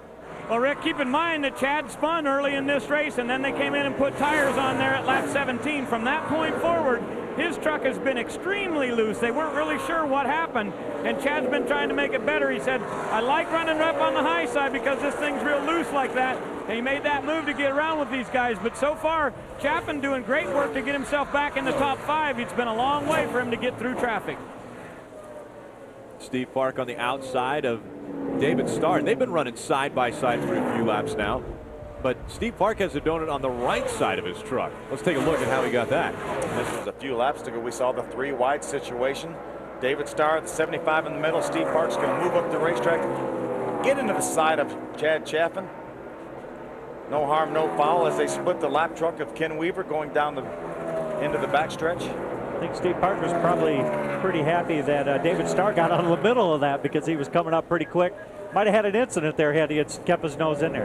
5th, 6th, and 7th go by your screen. And speaking of going by your screen, nobody's done it faster than Bobby Hamilton tonight. The Square D Dodge, number 4 of Bobby Hamilton, has led 122 laps from Kentucky Speedway. The crew very content the way that truck's running.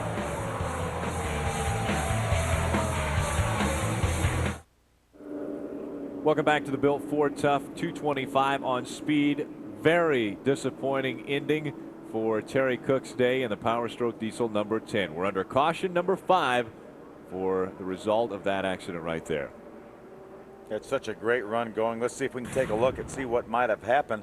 You see he's already in the wall right there. Hard contact with the outside wall.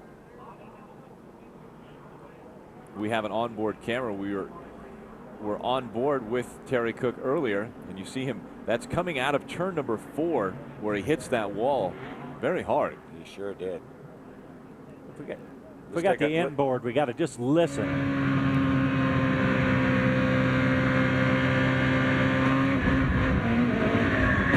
You could almost hear the engine rev up just as in the back broke loose. Now, whether there was something on the track or something come from his truck, you could just hear the back end break loose, and he chased it all the way to the wall. And then also in that other view, we saw another truck get loose behind him. But it looks like Terry Cook's okay. Probably real disappointed. 12 laps to go in the race, running very well. They really needed that good run. We had a sure top 5 going for Terry Cook. There's a team engineer right there. What dejection he has there. Watch him. Oh, boy. You got to feel his pain. You definitely. I mean, as a driver, as a team, just everybody involved. I mean, a great run they were having. Like I say, just glad to see Terry Cook's okay. Pretty hard lick. Getting the truck put on the tow truck now, and so they will pull the number 10 behind the wall. And when we restart, we'll be inside of 10 laps remaining in the Built Ford Tough 225 from Kentucky Speedway. Awful lot of damage to that Power Stroke diesel Ford right there. Such a great run going. That's what's too bad. But at least they can leave here knowing that, hey, we've had a good run going. We were in the top 5. We were gonna finish in the top 5. Going to bring the trucks down pit road. I think there's probably so much debris on the racetrack, Johnny, that they want to bring them on pit road. They don't want to take any chances of anyone going through all that debris and cutting a tire down. No, you know the safety crew workers are out there. They're picking up everything that they can. And it looked like as they pulled Terry Cook's truck away, there was no fluids there. So it's very possible that maybe the right rear started to go down, or maybe there was something else on the track. But very important that the safety crew workers get out there, pick up all those pieces. We know that these trucks are going to be on these tires the rest of the race. Let's make sure you don't get a puncture just driving over a piece of debris. Now, pit road is not actually open, but they're diverting the trucks down pit road so that they avoid any type of debris that possibly is on the front tri-oval. Yeah, they do not want anyone to make a pit stop right now while all these trucks are coming down pit road. The trucks really are able to make a pit stop, but they would be penalized. They would have to go to the tail end of the longest line for pitting before pit road is essentially open.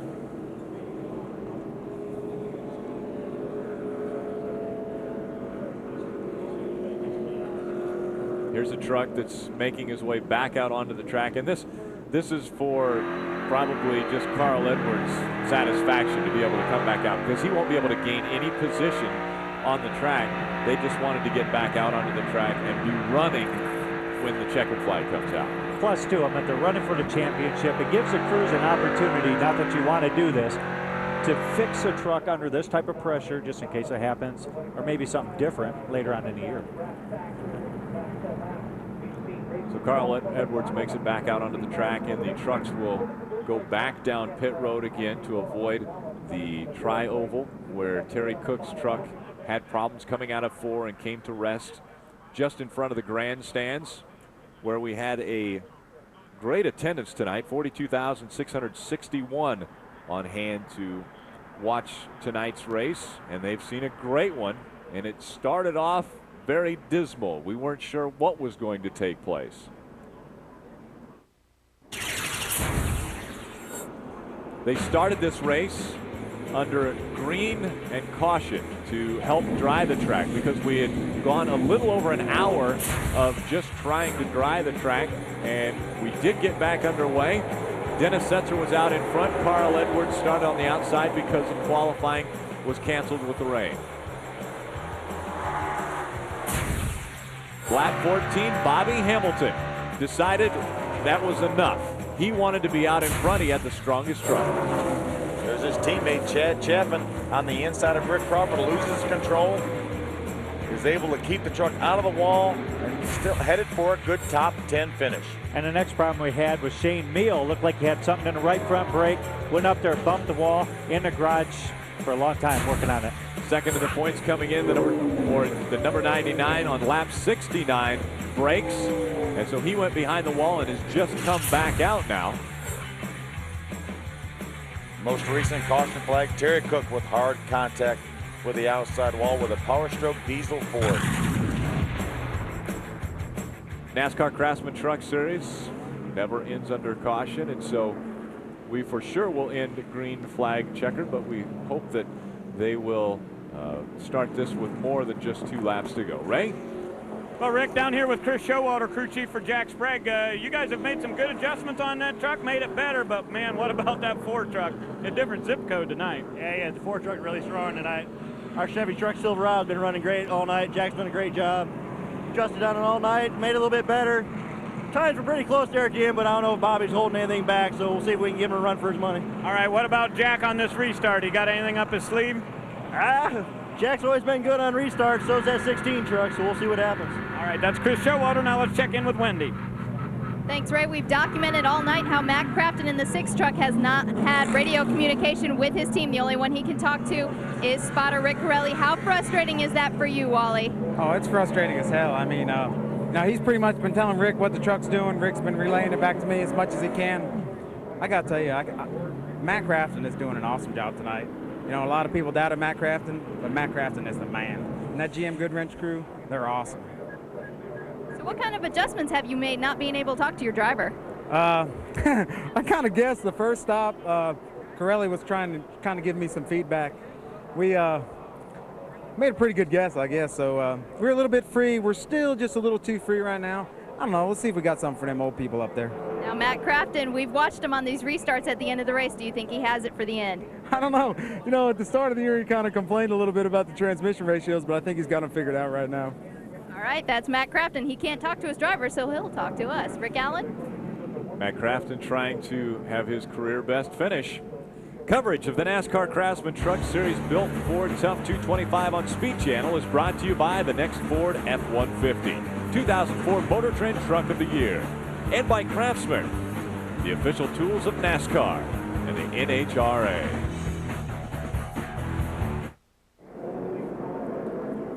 Welcome back to the built Ford Tough 225 on Speed. We're about to get underway again after 5 cautions.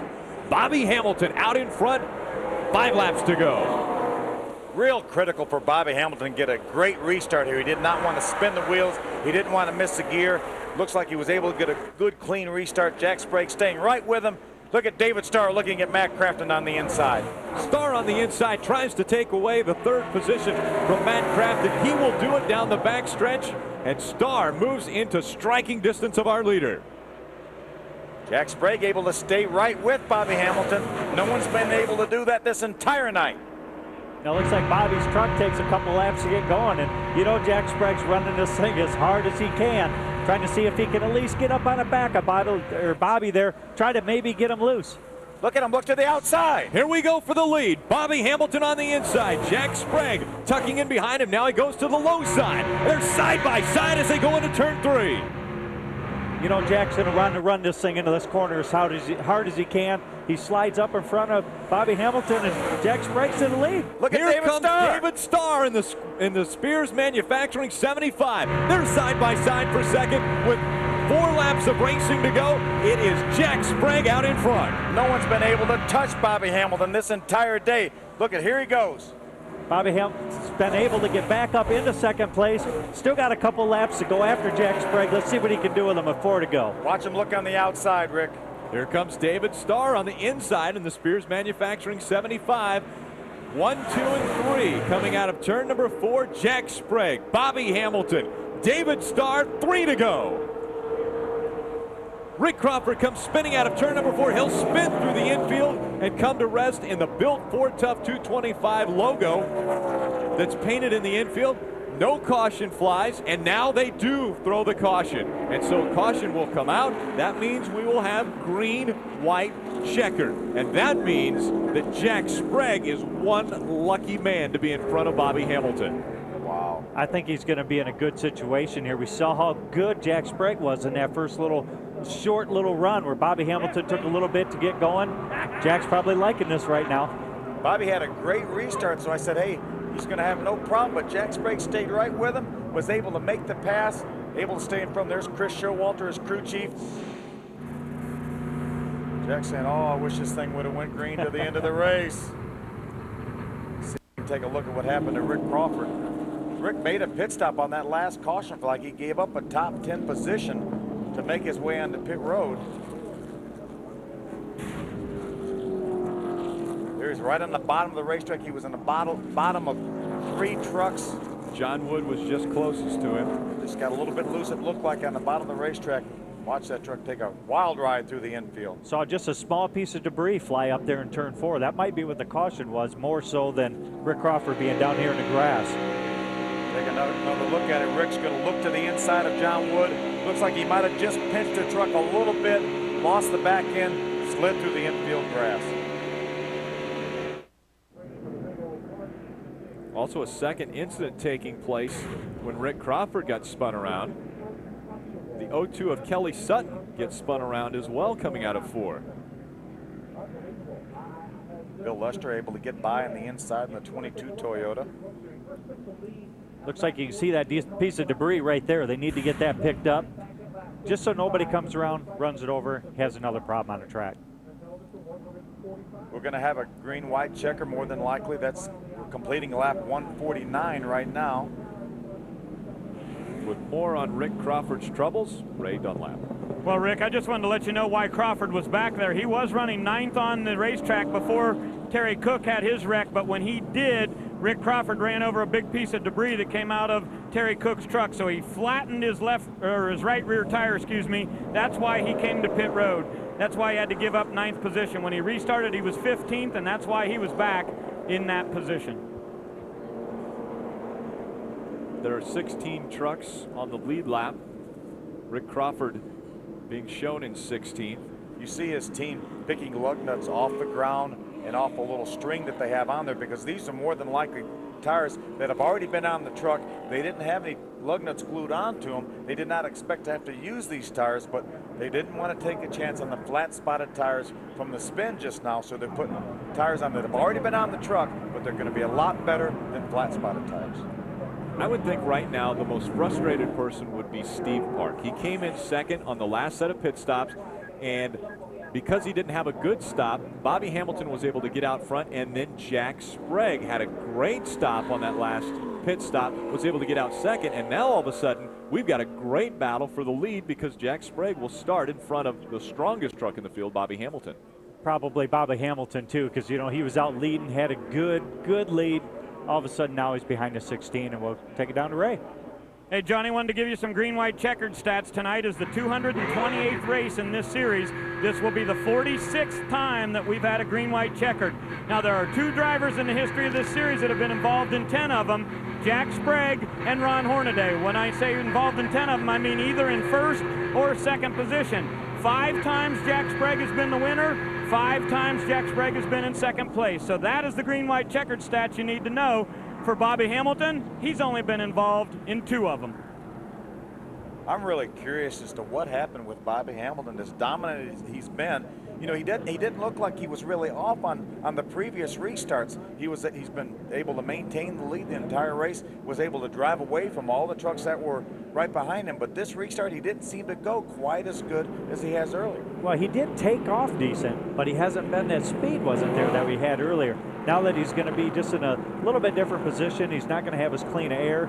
Obviously, the tires are wore, and maybe Jack's truck at this point in time has, been a little bit better. Plus, that stat, if you let halfway, you're not going to win. We've seen that. Be interesting to see how it's going to fold out.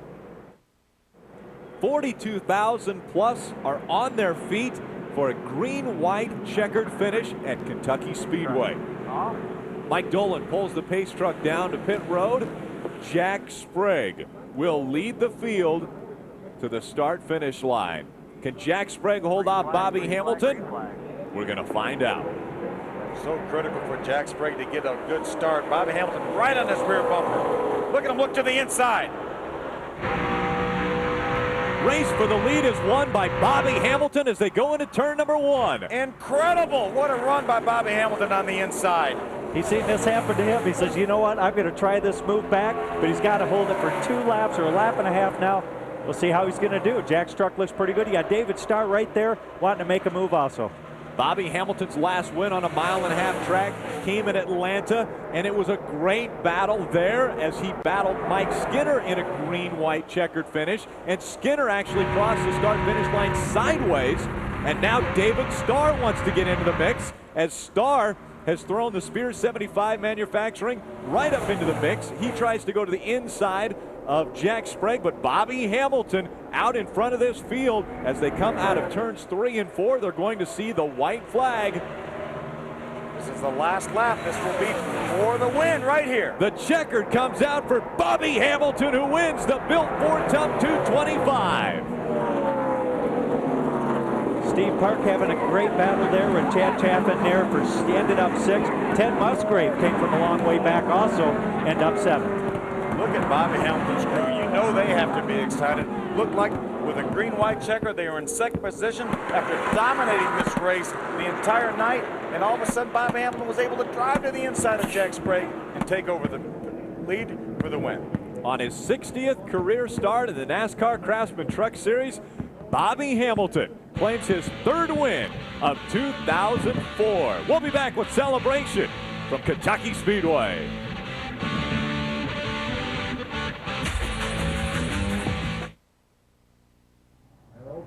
How to do donuts in the NASCAR Craftsman Truck Series. This is the 3rd victory.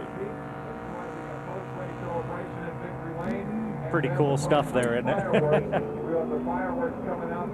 Speed Channel's coverage of the NASCAR Craftsman Truck Series post-race show is presented by Craftsman. After turning left all night, that's the right-hand turn he wanted to make into victory lane. Under the lights at Kentucky Speedway, Bobby Hamilton making his way to victory lane. He brings the Square D Dodge number 4 to a stop. The Craftsman toolbox goes on top, and Ray Dunlap is with our winner. I'll tell you what, it just doesn't get much more exciting than that, but you remember we had a real close finish at Atlanta with Bobby Hamilton too. These guys, he's going to get his helmet loose here. We normally have time for him to sit in here a little bit, but Bobby, come on out of there, buddy. I know he's got some more work to do to get out of that, but a big smile on the face here. Bobby Hamilton now with 7 wins in the NASCAR Craftsman Truck Series. Here he comes, folks, your winner in a green-white checkered finish with Jack Sprague. Man, you had them all worried, Bobby, whenever that last restart happened when Sprague went by you. What happened there? I just spun the tires a little bit, and I knew I would. This thing ain't very good on restarts, but I seen what he did. He got a good roll, and that let me get my RPMs up a little bit. And I got to thank Joey Arrington. I mean, it was all motor pulled out and passed him right there. But good day for the Square D Dodge, the Dickies Dodge, Lufkin Tools, the Dodge engineers again. I mean, this thing was flawless ever since we unloaded it. Within 6 points in the championship chase, so that is really unbelievable the way things have unfolded in the last couple of weeks. Well, I've been telling them, let's don't even pay any attention to it. We didn't even know where we was number-wise. A bunch of them, we come in there, so we just try to keep our nose to the grindstone and win races. Tell me about how much fun that is going green-white checker. It's not fun. It's fun for you. It's no fun for me. It's fun for us. Yeah, well, I've been pretty lucky on it. I didn't think I was too good at it, but I'm starting to think I'm pretty good at it. All right, congratulations, Bobby Hamilton in victory lane with the Square D Dodge. Wendy? All right, I've caught up with Jack Sprague, our 2nd place finisher, with his daughter Paige standing right here. Jack, you're usually the king of green-white checkers. What was it like out there? Well, first of all, the restart before the last one, I think Bobby had, a bunch of cat litter and oil dry in his tires because he was the class of the field. I mean, we all should be embarrassed. I mean, he ran off and hit from every one of us, but we were second best, and the Chevy truck Chevrolet drove awesome. It was unbelievable, right on the white line. The longer the run, the better it got. But he had us all covered, and it kind of caught me by surprise when I got around him on a restart. I thought, well, cool, and I looked back, and David was racing him, and I thought, man, I think I can block him for a lap or two, but I knew that last restart, if that was the problem the first time, that it wasn't going to take long, and I never lifted. I mean, I matted it and went down through 1 and 2 on the outside, didn't get him the outside because I knew that's what he would prefer, and he didn't lift either, but he went underneath me and passed me clean and got ahead of me, so I was shocked to get ahead of him in the first place. So second place is good. I mean, finally made a little bit of money, and finally had an uneventful evening. That's pretty cool. And the Chevy Truck Silverado was awesome. Just thank all the guys did a great job in the pits, and Chris and Dave did a great job setting the truck up, and couldn't ask for a better driving truck. All right, Jack Sprague, he didn't think he had a good truck at the start of the race, but he gave it all he got. Great battle for 1st, 2nd, and 3rd, but when they were about to come across the start-finish line, phenomenal battle for 5th position. Steve Park and Chad Chaffin. Make contact once, twice, 2 or 3 times. Look how sideways Steve Park is there. Almost overcorrected. Chad Chaffin just nips him at the line for a top 5 finish. Maybe 2 feet separate 5th and 6th. Speed Channel's coverage of the NASCAR Craftsman Truck Series post-race show is brought to you by Craftsman, the official tools of NASCAR and the NHRA.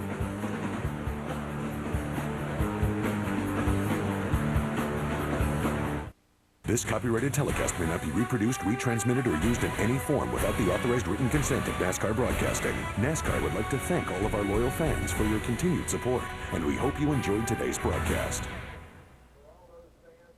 Another dramatic finish from Kentucky Speedway for the NASCAR Craftsman Truck Series. Bobby Hamilton claims the top spot. Jack Sprague holding on for 2nd. David Starr with a very impressive performance coming home 3rd. Matt Craftsman, career best finisher 4th, continues to get better and better. David Rudeman, the top rookie finishing tonight. Shane Sieg finishing 13th. Shane Sieg moving into 2nd solely in the Bestest Rookie of the Year award contending. Our point leader, Dennis Setzer, all the way back up to 11th. They looked like he was going to finish 15th or 16th. Managed to salvage an 11th place finish. Carl Edwards, a very disappointing points night for him and a very disappointing race, finishing 33rd. Standing by with our 3rd place finisher, David Starr, Wendy Norris. It's all smiles for David Starr. You tied your season best finish of 3rd. You would have thought you won this race. You were so happy when you got out of the truck. I tell you what, that Chevy Silverado was pretty awesome. It come alive right there at the end. I tell you, I got on the side of Bobby. I got a good run off of 4, got beside him, and thought I was going to drive into turn 1 a little bit deeper, and he did. And I tell you what, I can't believe his truck stuck. He must have drove it in there all the way to the center and got back by me on the back straightaway. But I tell you what, the Spears team, Dave McCarty and all the guys, the way our luck's been the last month, we'll take this top 5 finish. Thought we was going to have a good run last week and had a fuel pump problem, and we're just excited to finish in the top 5, and maybe that'll turn our season around. We can get some momentum. And I'd like to say hi to, if I can, Wayne and Connie Spears. They're not here with us this race, and I just want to tell my owners hello, and we miss you. Okay, let's go to the booth. Ford point standings taking a little bit of a change here. Dennis Setzer holding on to his lead, but 6 points separate him and Bobby Hamilton with a very strong performance tonight. A big hit in the points for Carl Edwards. He was within 34 points of Dennis Setzer. Now he's 100 behind. Bobby Hamilton moves into 2nd. Hamilton celebrating in victory lane. Our next truck race will be Gateway International Raceway just outside of St. Louis. That is 1 week from today, July 17th, 8 p.m. Eastern. Another night race for the NASCAR Craftsman Truck Series. And fireworks are definitely flying not only above the track, but also on the track. It was an eventful start to this race. Rain wiped out everything yesterday. We started under green caution. Bobby Hamilton and Bobby Hamilton Racing teammate Chad Chaffin came into this race with the strongest trucks. Problems caught a few drivers tonight, but they were not able to catch the number 4 of Bobby Hamilton. Bobby Hamilton dominating from Kentucky Speedway, claiming his 3rd win of 2004. The Square D Dodge celebrates in victory lane.